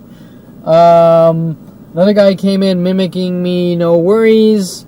And the guy is still behind me. Just watching, trying to intimidate me and start something, working with the police, just to give you an idea of what happens each and every time I go anywhere in the world.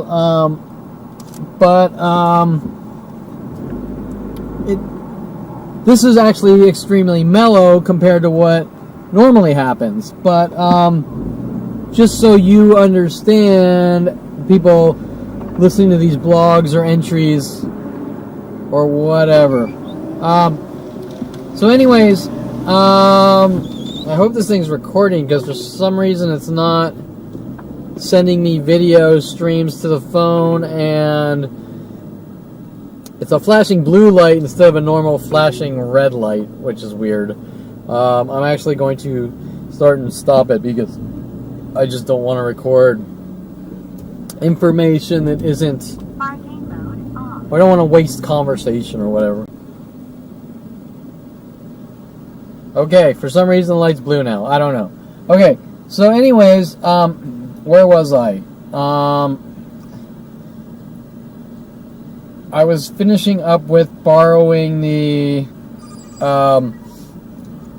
X-Acto knife from Kelly Hatch, right? That's what I was talking about. Things that nobody gives a shit about. I mean, for someone to go from here to there on every aspect of your life, it's like, who are these people that are surrounding me, right? Like, hey, can I borrow a tea bag from you? You tried to kill me and poison me and this and that and blah, blah, blah. Like, whoa, hello, right? It's the, you walked out of your house one day and you didn't shave, so therefore you're a serial killer and you're hunted by 100 billion government dollars. Doesn't really add up, right? In 800 feet, turn right towards Southwest Lake Boulevard. So, anyways, you get the idea. Simply asking someone for a favor to borrow something in my life, you will be hunted with every resource on the planet. So, what does that mean? It means you can't ask for anything. You can't ask for favors. You can't be friends with people.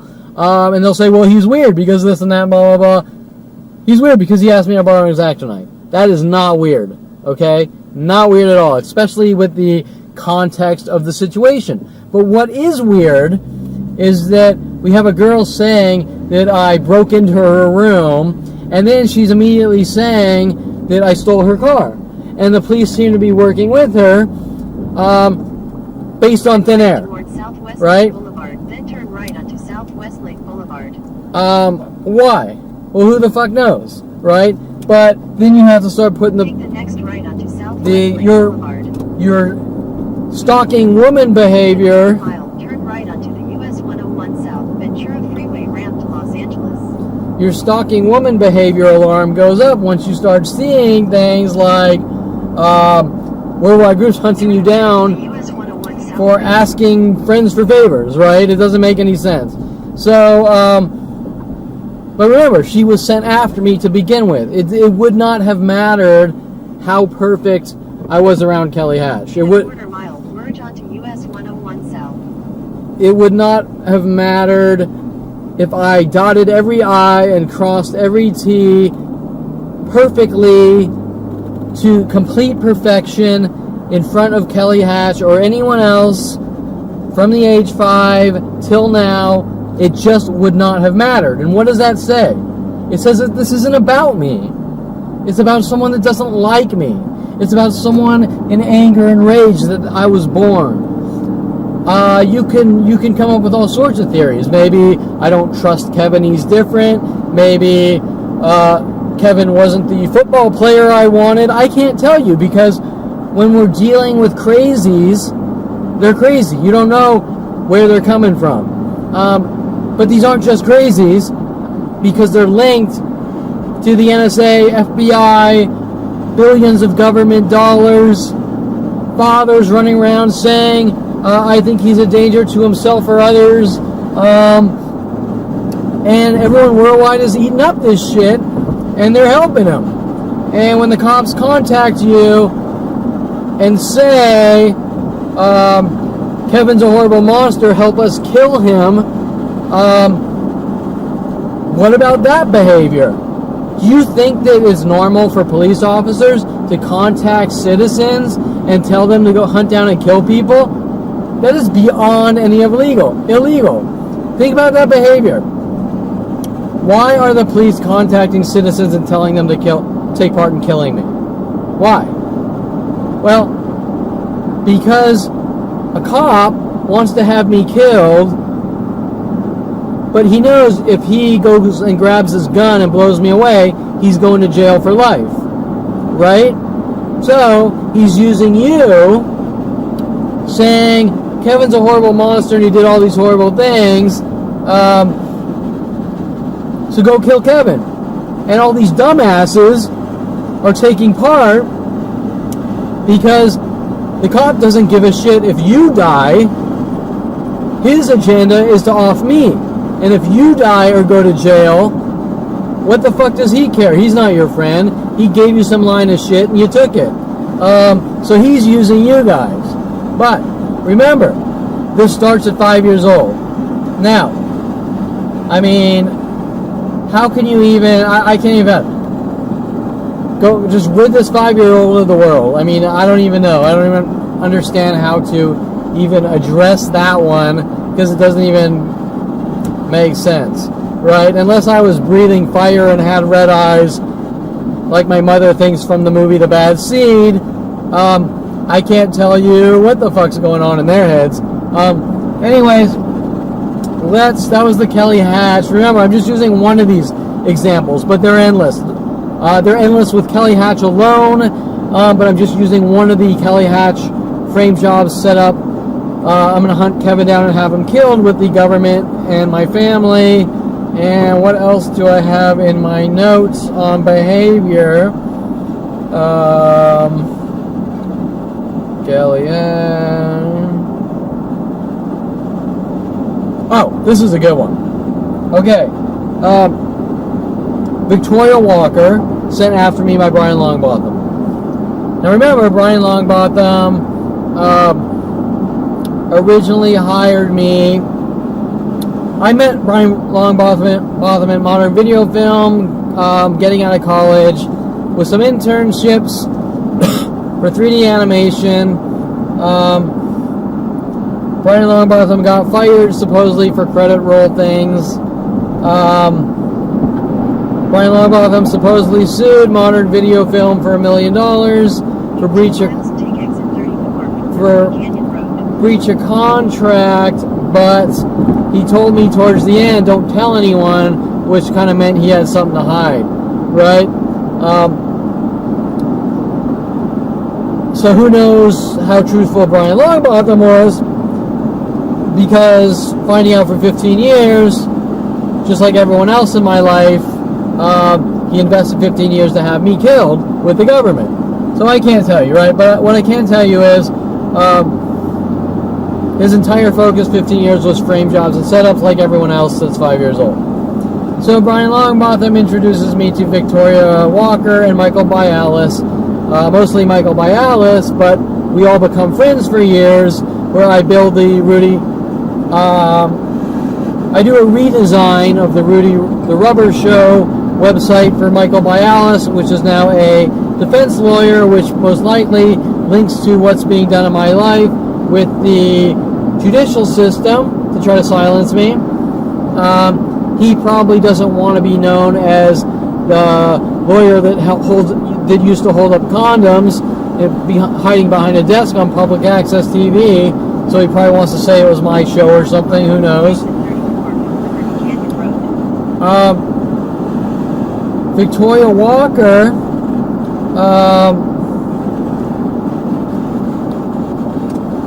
so I become friends with both of them because I know them for years, right?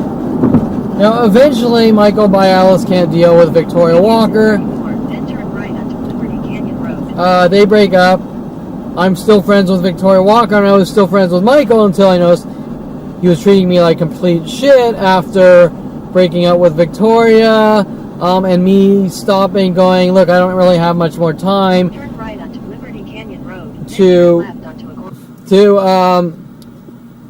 I don't have much time to invest in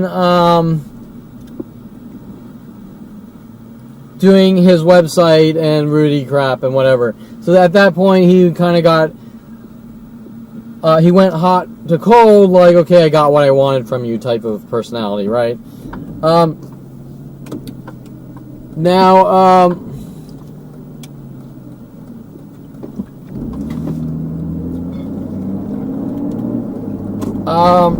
So after he started treating me like shit, I stopped talking to him. Victoria Walker was still my friend for a long time, several years. Eventually met Matt. She said she wanted to work out. I said, come to my gym. Victoria Walker starts working out at my gym. She gets Matt, the trainer, the German trainer. I don't even want to go into the Playboy she gave me with the terror in Germans and things like that, working on me with all these angles, but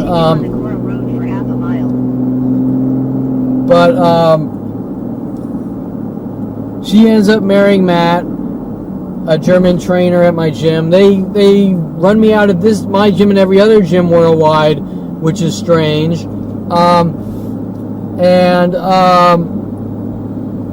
All these other things were going on, but the whole time Victoria kind of like, Kevin, can you do this for me? Or I want to start a business with that. Trying to reel me in, right? And Quarter mile, your destination will be on the right. now remember, I'm friends with this person for years, right? Friends with Victoria Walker for years. Way before she met Matt, way before they got married. Never had any interest in this nasty zit-faced troll. Nasty, like, pus-faced, 4'2", overbearing. Destination is on the right. Oh, wait, hold on, I gotta look at my GPS.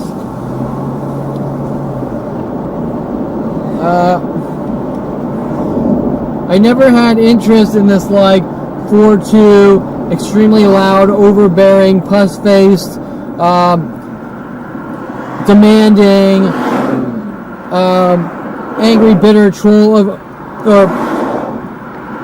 girl who drove a huge Suburban and had to sit on like a pillow to see over the window and weird shit like this.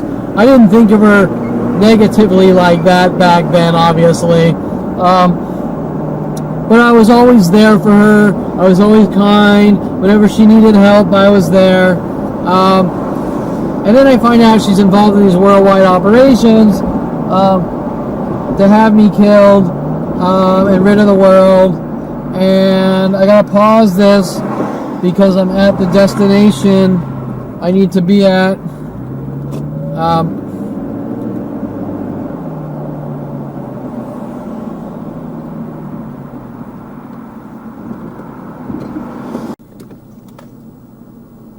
Okay, so I'm friends with Victoria Walker. She gets married. I show that I'm still a good friend to her, a good loyal friender. And when I say loyal, I don't mean that in the general Twitter, Facebook, Instagram mobster way that they pretend loyalty is about. But a good friend, always there for someone, right? And obviously, if that friend asks me to cross the line, I'm not going to be around for that friend, because that's more like a mobster loyalty, right? And, you know, I'm about right and wrong and not you do what you're told or we kill you loyalty. In other words, I'm there for a friend who's there for me, but if the friend's like a crazy nut job murderer, I'm gone, right? It's like, or they demand something of me and tell me I have to do something like in the movie Training Day or something, right? I'm gone, right? And so, anyways,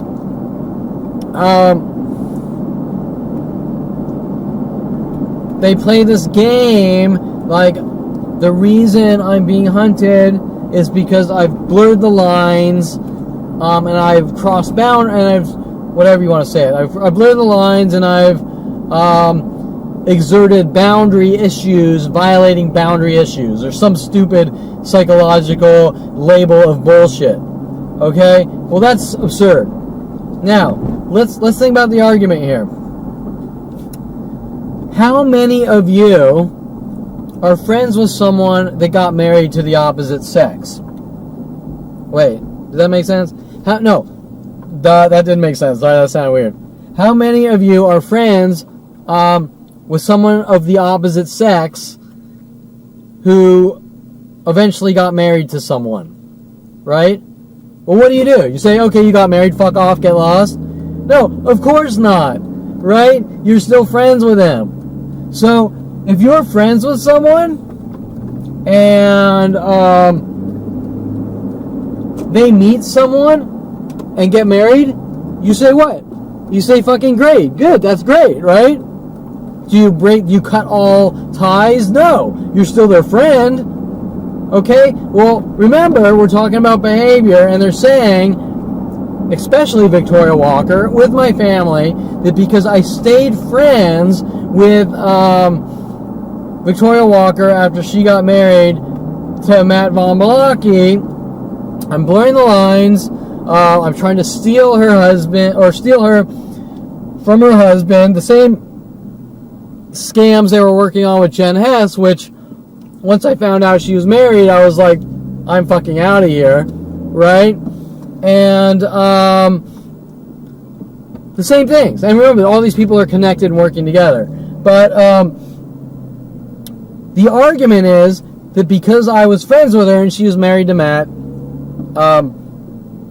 I've blurred the lines that can be conceived of trying to steal someone's husband, and it's my reckless, careless behavior, blah, blah, blah. So Matt Von Malachy's hunting me down to have me killed with all these people, and the government, NSA, and worldwide support, because my reckless behavior, just like that guy waiting in his car watching me, some random stranger who is absolutely not connected to Matt Von Malachy at all, and this happens at every place in the world every single day of my life. Right? Do you think that that's about being friends with someone who got married? Of course not. Okay, so now every single person that's breathing is most likely probably friends with someone of the opposite sex who's married. So all those people under the Perlman regiment of perfection with NSA and FBI, which doesn't make any sense, my behavior has to be something that is impossible or unachievable. Now, if you want to go into the details of my friendship with Victoria Walker, I wasn't the one calling her up. Hey, Victoria Walker, I know you're married with Matt, let's fuck. I didn't say that. I actually can't really remember ever calling her, maybe like once or twice on my own. I was friends with her for years, maybe like, who knows, 4 or 5 years, I don't even know. I don't recall ever really calling her up. Every time we spoke was her calling me. Not the other way around. Okay, well, sure, you could still try to use the blurring the lines, but you're friends. I never made any sexual passes. I never kissed her. I never touched her. I never went on dates. To tell you the truth, the thought repulses me. Okay, I never thought of her in a sexual way. All I can think of, if I really want to be, what's the word? Abruptly, the opposite of vague is whatever. I'll just be as direct as can be because she's a piece of shit. The thought of dating that puss-faced little 4-2 troll piece of shit who sits on little pillows trying to drive huge Suburbans with her annoying, demanding voice telling people what to do and this and that, frankly, disgust the shit out of me. Before finding out that she was working on me to lock me in jail and mental institutions, I would have been a lot more polite and politically correct about that statement, like I'm just not into her and I'm not attracted to her in any way, shape, or form. But because she's a low-life piece of shit that was paid off to have me hunted and killed with the police, NSA, Brian Longbotham, all linking back to my family, even fucking scarier, you get the idea. There is absolutely nothing in any way, shape, or form in that situation, just like every other situation. Okay, so whose behavior is it? Some good, decent person that's accepting people for their flaws and helping them when they need help, trying to keep them positive, keep them afloat. That's bad behavior because I know a girl who's married to a guy and I blurred the lines. Does that make any sense? No, that does not make any sense. That situation applies to every single one of us who is breathing, almost. Right? That's like trying to squeeze fucking gold from a fucking rock, right? Or trying to fucking make orange juice by squeezing a fucking rock, okay? It can't fucking happen. The argument, like all the other arguments, is fucking absurd. What we're talking about when we're talking about not my behavior, their behavior is, you went out on a date. You opened the car door open for the girl. You bought her a $500 10-course meal. You paid off performers to dance around them and whatever. And after the date, you kissed her on her hand like a gentleman. You gave her a Ferrari for the night, and the date's over, and she says, well, we went on a date, and he scratched his ear, and so I think he tried to kill me, and we're going to hunt him down with billions of government dollars to kill him. Right? That analogy, which sounds beyond any level of absurd, applies to all the situations in my life. Right? They don't make any sense. So now, whose behavior, the girl who got everything on a date, or the guy because he's a dog, because he showed a girl a good time and bought her some really cool shit and whatever. Right? Okay? Which behavior is the correct mainstream right behavior? And which behavior is the fucked up, you give me everything or I'll fucking kill you behavior? Right? And what are you going to say? I'm schizo? Right? I mean, is that the cover-up argument? Right? Because guess what? That's one of the biggest cover-up operations in my life, is that I'm schizo and I can't see myself. Yeah, sure. Okay, so you get the idea that the behavior has nothing to do with me.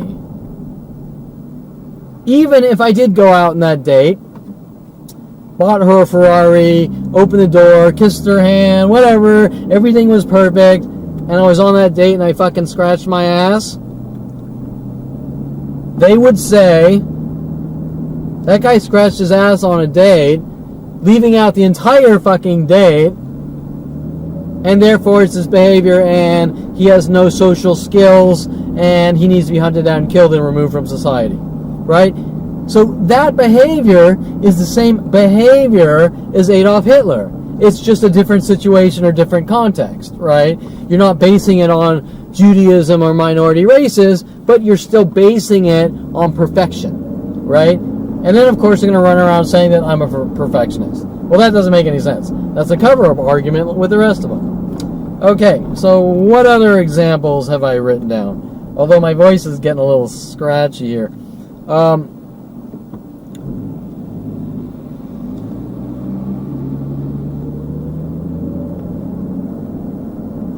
Oh, this is the best one. It's my behavior for telling people what's going on, because people don't talk like that.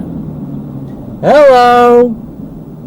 You're not allowed to tell anyone what's going on, or it's your behavior. Why? Because it's out of the norm, and people can't understand it. So it's your behavior. Well, I don't set the situation. I don't create the situation. The situation is there.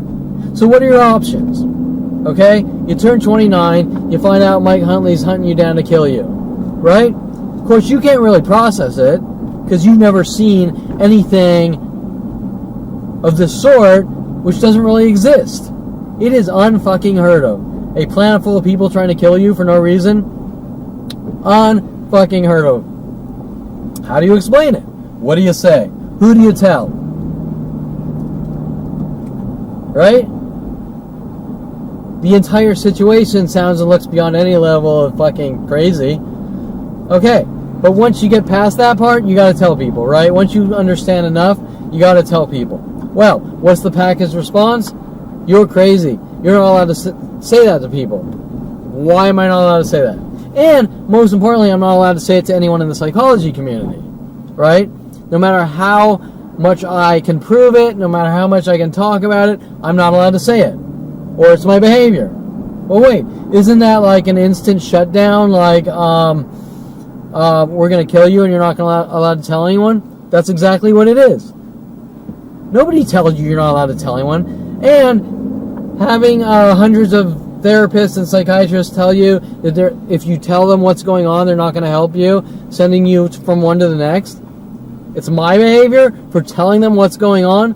Listen, any psychiatrist is going to want to make money, whether you're crazy or not. They're going to want their monthly fee or their weekly fee or whatever, right?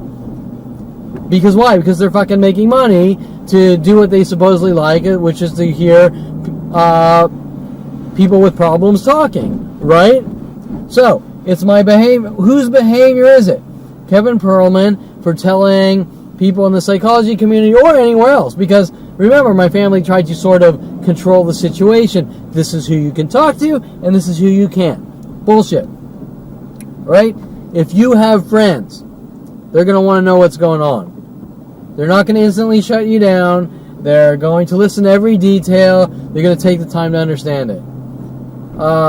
Even more so with people in the psychology community, which threaten my life over and over that I'm a dead man if I talk. And things like this. Or working with people. And the police too. Aren't you supposed to go to the police? Well, first you can't just go to the police. You got to know what you're talking about before you go to the police. But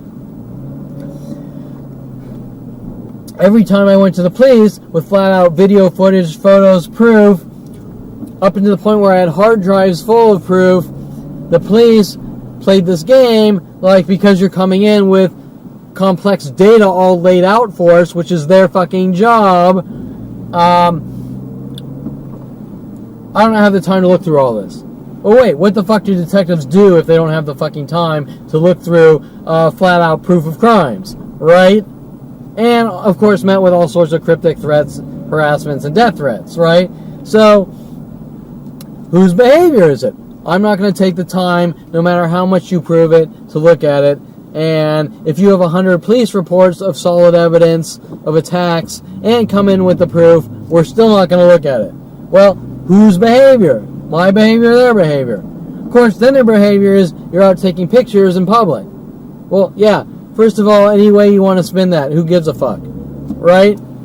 I'm a photographer, I'm taking pictures in public.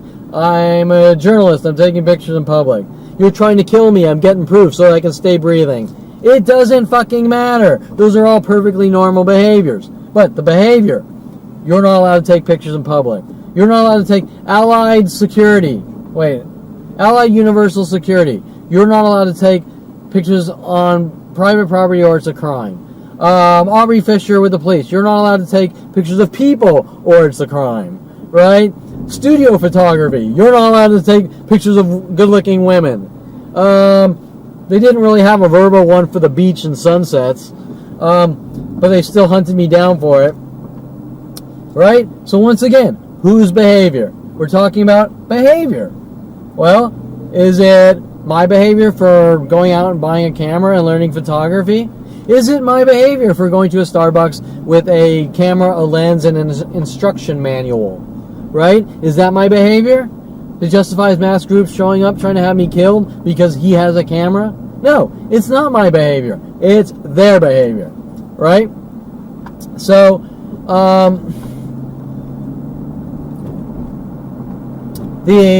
by you telling someone what's going on, it's my behavior, and then it escalates with their death threats. You don't talk or we kill you, or you better learn to accept what's going on, or no relaxing for you, nigger, and things like this. Those are all okay behaviors, according to the government, NSA, FBI, and my family. But then at that point, putting up a website and putting signs on my car are strange behaviors when you have a planet full of people going, we're going to hunt you down and kill you if you talk. Right? Okay, so isn't it normal behavior if people hunt you down to try to kill you to do what it takes to stay breathing? Don't we have a thing called preservation of man, which means that a human being will do pretty much whatever it takes to stay breathing? And I'm not talking in an illegal way. I'm talking in a self-defense type of way, right? Like, if someone shows up with a crowbar trying to bash your skull in, you're not going to let it hit you in the fucking skull. You're going to do what it takes to either block it or stop the guy from bashing your skull in with a crowbar. My brother's big MO, right? Isn't preservation of man an instinctual genetic reflex that a human being does when someone tries to inflict pain on them? Okay, so whose fucking behavior are we talking about? Kevin Perlman for putting signs on his car and websites saying these people won't stop? It's been 10 years. These people won't stop. I've tried everything. I've been to the police 100 times. I've hired 20 private investigators who ripped me off and lied. You name it, who are working with the police, right? Whose behavior is it? Mine or the murderers? Well, if you're a psychotic murderer, you're going to say, I want to get away with killing people, and you'll make up some lie about behavior. Gee, who is that? Mike Huntley, right? Okay, so, and I'm sure Mike Huntley has some cover-up story, how I did horrible things to him for 25 years beforehand, right? Yeah, okay, just like my brother,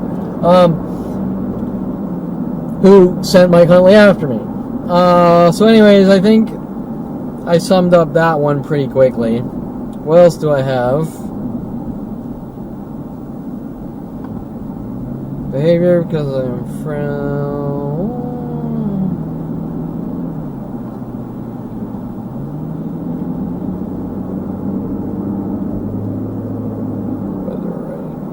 Oh, let me give you an example of the behavior crime. So around 29 years old,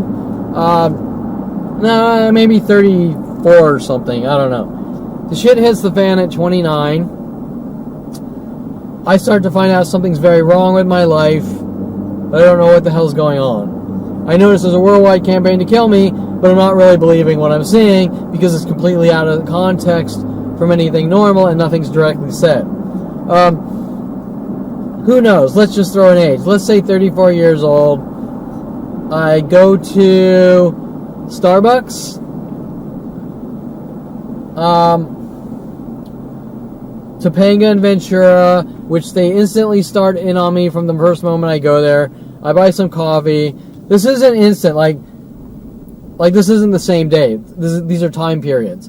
I started getting into trying to relax and get some coffee and start over with my life, or get coffee on the way to the office and get some coffee and read a newspaper for 30 minutes or something, right? You know, perfectly normal things. And they didn't like it. So at one point, you know, just things are just unbearable. There's just worldwide groups taking turns on me. I don't really understand what's going on, but I pull out a pad of paper, and the reasoning...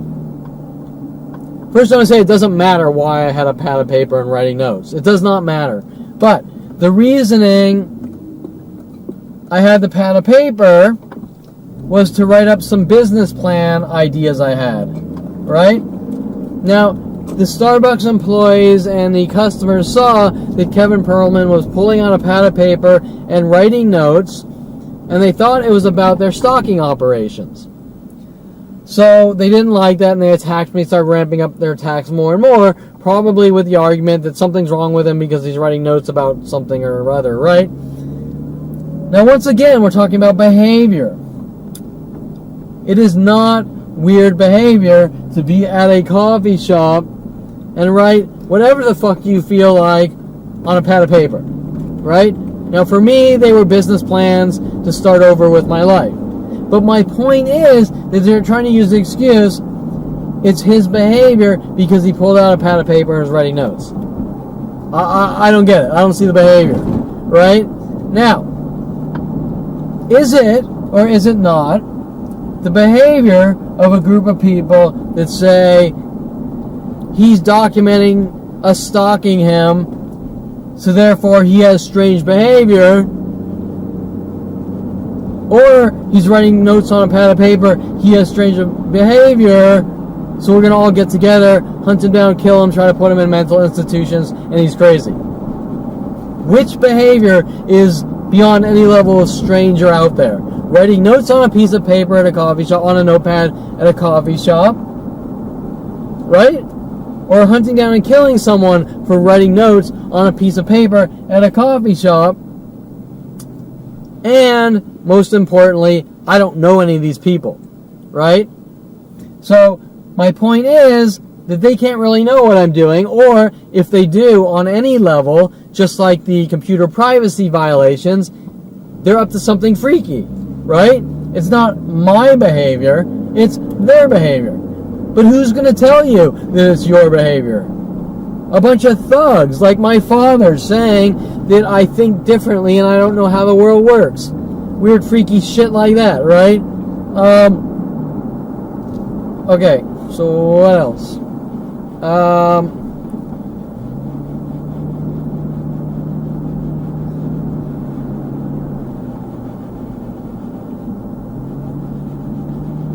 Oh, okay, this is the last one, and then I'll cut it off after here. So one night, I can't remember the crime against me because there's so many and all day and night, but something was like my car was vandalized, or maybe it was a death threat on video.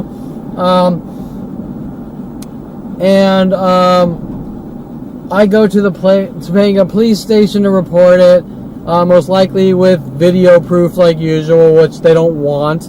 Once again, whose behavior? The police who don't want flat out evidence, black and white evidence, don't want it. Whose behavior? Mine or theirs? The police station, they changed their closing hours from 24 hours to like 7 p.m. or 11 p.m. or something. I go to the police station. They're closed. There's a lady waiting for me. And she starts asking personal questions. She starts getting friendly. She starts saying weird things. How she's a nice, caring person who's open-minded. This and that. Then after sort of telling her my situation, she starts saying weird things like, well, you know, maybe this isn't about what you think about, blah, blah, blah. Maybe this is about taking initiative and cracking the whip on the police and this and that. Okay, wait a minute. Some lady's there, standing there. She doesn't want me to report what's going on, which is like a common thing. And she's telling me that she wants me to crack the whip on the police and like make them do like I'm the boss, right? Now remember, Lorena Escobar is running around making up lies that I tried to take over the company after asking me to work at the company and hunting me down, trying to have me killed, and just working on endless cover-up lie after cover-up lie, right? So,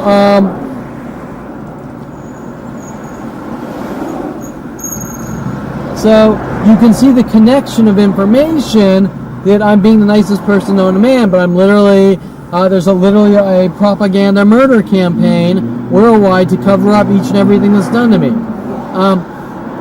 But now, I don't want to go into that. I still want to stick with the behavior. So this open-minded lady is telling me that this is about cracking the whip on the police to tell them what they can and can't do. And I tell her, I say, look, I come in here like every week filing police reports with crime after crime against me. They should have enough common sense, like a 10-year-old, to put the pieces together, that if a guy comes in here every week for 10 years reporting crimes against him, then something freaky is going on and they need to investigate, right? Okay, so my behavior is weird because I suffer from obsession, according to them, because I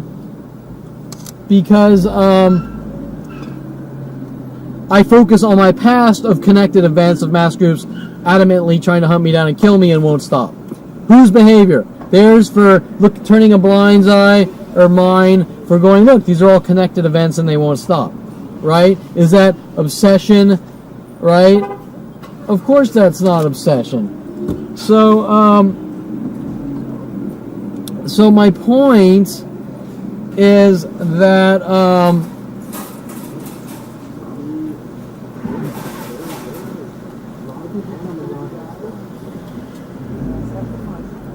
So what is my point? My point is that it's not my behavior, it's their behavior. Now, after the girl sees that she can't manipulate me into looking like a crazy man in front of the police with my father and Lorena Escobar, with their lies that I'm somehow trying to take over their company and I'm the boss, hinting that I'm a mob boss. My father hiring Lorena Escobar, trying to pretend that she's from like the Pablo Escobar family and weird shit that's just totally out there, trying to flip me out. After this, she doesn't get what she wants, although she is a completely separate entity working on me to set me up, to cover up these mass crimes. She goes from the open-minded, so what do you do for a living? Well, I do computers and IT and 3D animation and yada yada yada. And then she goes to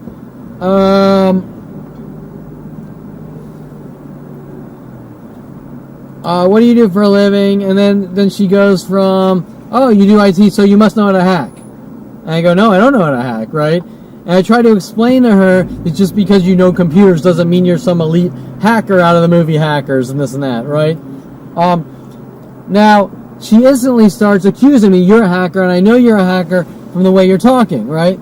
Now, why is she doing that? Why is her behavior to switch from I'm Miss Open-Minded to you do what I tell you to you're a hacker and I want that confession and we're going to hunt you down, right? Because she's involved in a crime to hunt me down and have me killed with the government, NSA, FBI. That is why.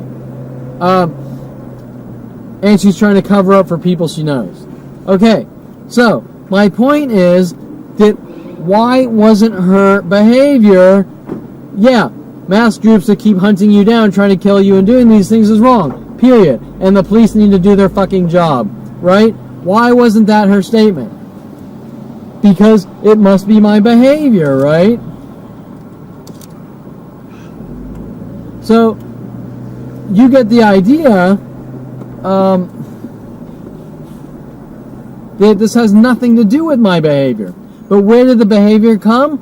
The behavior tactic come from? Well, it's just another empty argument based on propaganda to the entire planet to justify having me killed. But once you try to talk or compare behaviors, whose behaviors is normal? Look, I'm going to the police for help. They need to do their job. I keep going to them. I keep giving them evidence. And they won't do anything, so something freaky is going on. It's perfectly normal behavior versus you need to crack the whip and tell them what they need to do and this and that because she wants me to walk in demanding this and that, looking like a crazy man so that they can arrest me, right? And that is the entire point based on this entire behavior argument. Now, I didn't really talk about the asshole part, but really, you don't need me to, because from what I've just told you, how could I possibly be an asshole, right? And, once again, even if I was an asshole, I've never seen a worldwide asshole murder squad to kill someone. So, that argument doesn't really fly. The behavior argument doesn't fly. The you're an asshole, so there's a worldwide campaign to kill you argument doesn't fly. And what are we basing the you're an asshole argument on anyways? The one-time argument ever with my mother at 14 saying, fuck you, who cares what people think, disobeying her. That is it. That is the entire you're an asshole. So, what does that mean? It means that one imperfect moment, having a mother and loving her and always being there for her, is all thrown out from one imperfect moment, and the rest of your life is completely pointless after that. There's no my family getting past these events. They hold on to it, and then it's the worst crime in the world. I mean, have you ever seen a kid disobey and mouth off to their parents? It's got to be every kid on the planet, right? But yet you're looking at one kid on the planet who this entire planet to kill him for one argument ever with his mother at 14, right? But is this really about that? No, it's not. These are government kill operations since 5 years old. But you still need to understand the behavior argument because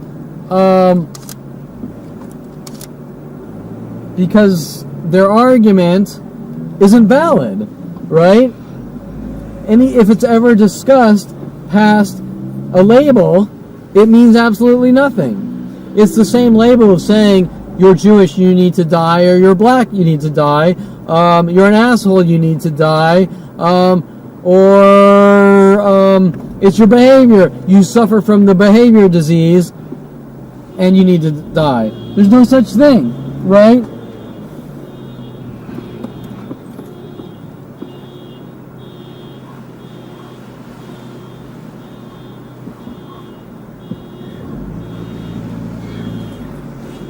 So anyways, I'm going to end this segment here. The continuation of the behavior asshole crime or whatever, because I think you get the idea. I just wanted to prove a point about behavior. And remember, each of these people that I brought up an example, that's one example of continual operations. For example, and I already said this, but I'll say it again. You know, Jen Hess, I gave you one example. Well, there's probably 100 examples like that, right? Brian Longbotham, same thing. Mike Huntley, same thing. Paul Humphrey, same thing, right? So, I just wanted you to understand those examples and where I'm coming from and from my mouth, because remember, all the information that's given out worldwide, it's not coming from me. I never said these things. It's coming from random strangers worldwide and being disseminated worldwide. Well, how's that possible? I'm not a news anchor on Fox News or anything, right? And I haven't seen any news clips about me, right? So how does this information within minutes go out worldwide each and every day directed at me, right? Right, so you get the idea that I'm literally being hunted with every resource known to man to have me killed. Why? Because I found something out, although what I found out was that these were extermination operations to begin with. So their methods just changed based on the more I knew. Once I started finding out at 29, it was a more aggressive form of killing me than instead of trying to figure out how to lock me away in jail cells and mental institutions, it went to now we have to kill you for what you know, so to speak, right? First comes the setup phase, but they can't successfully set me up, so now I find out, and now they gotta kill me, right? You get the idea. But remember, this links to NSA, FBI, police, with every resource worldwide now known to man to have me killed. And so I'm at the Ralph's lot here, and they brought in thousands of cars with no plates. So I'm taking pictures, and they're ramping up the no plate attack, and so that's what I'm taking pictures of. But anyways, you get the idea.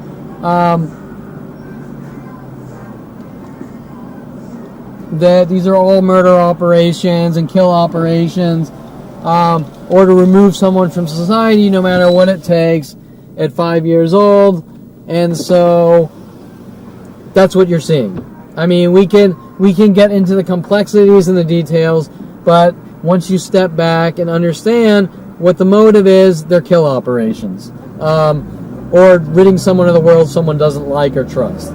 And I'm going to end this here, and that's it.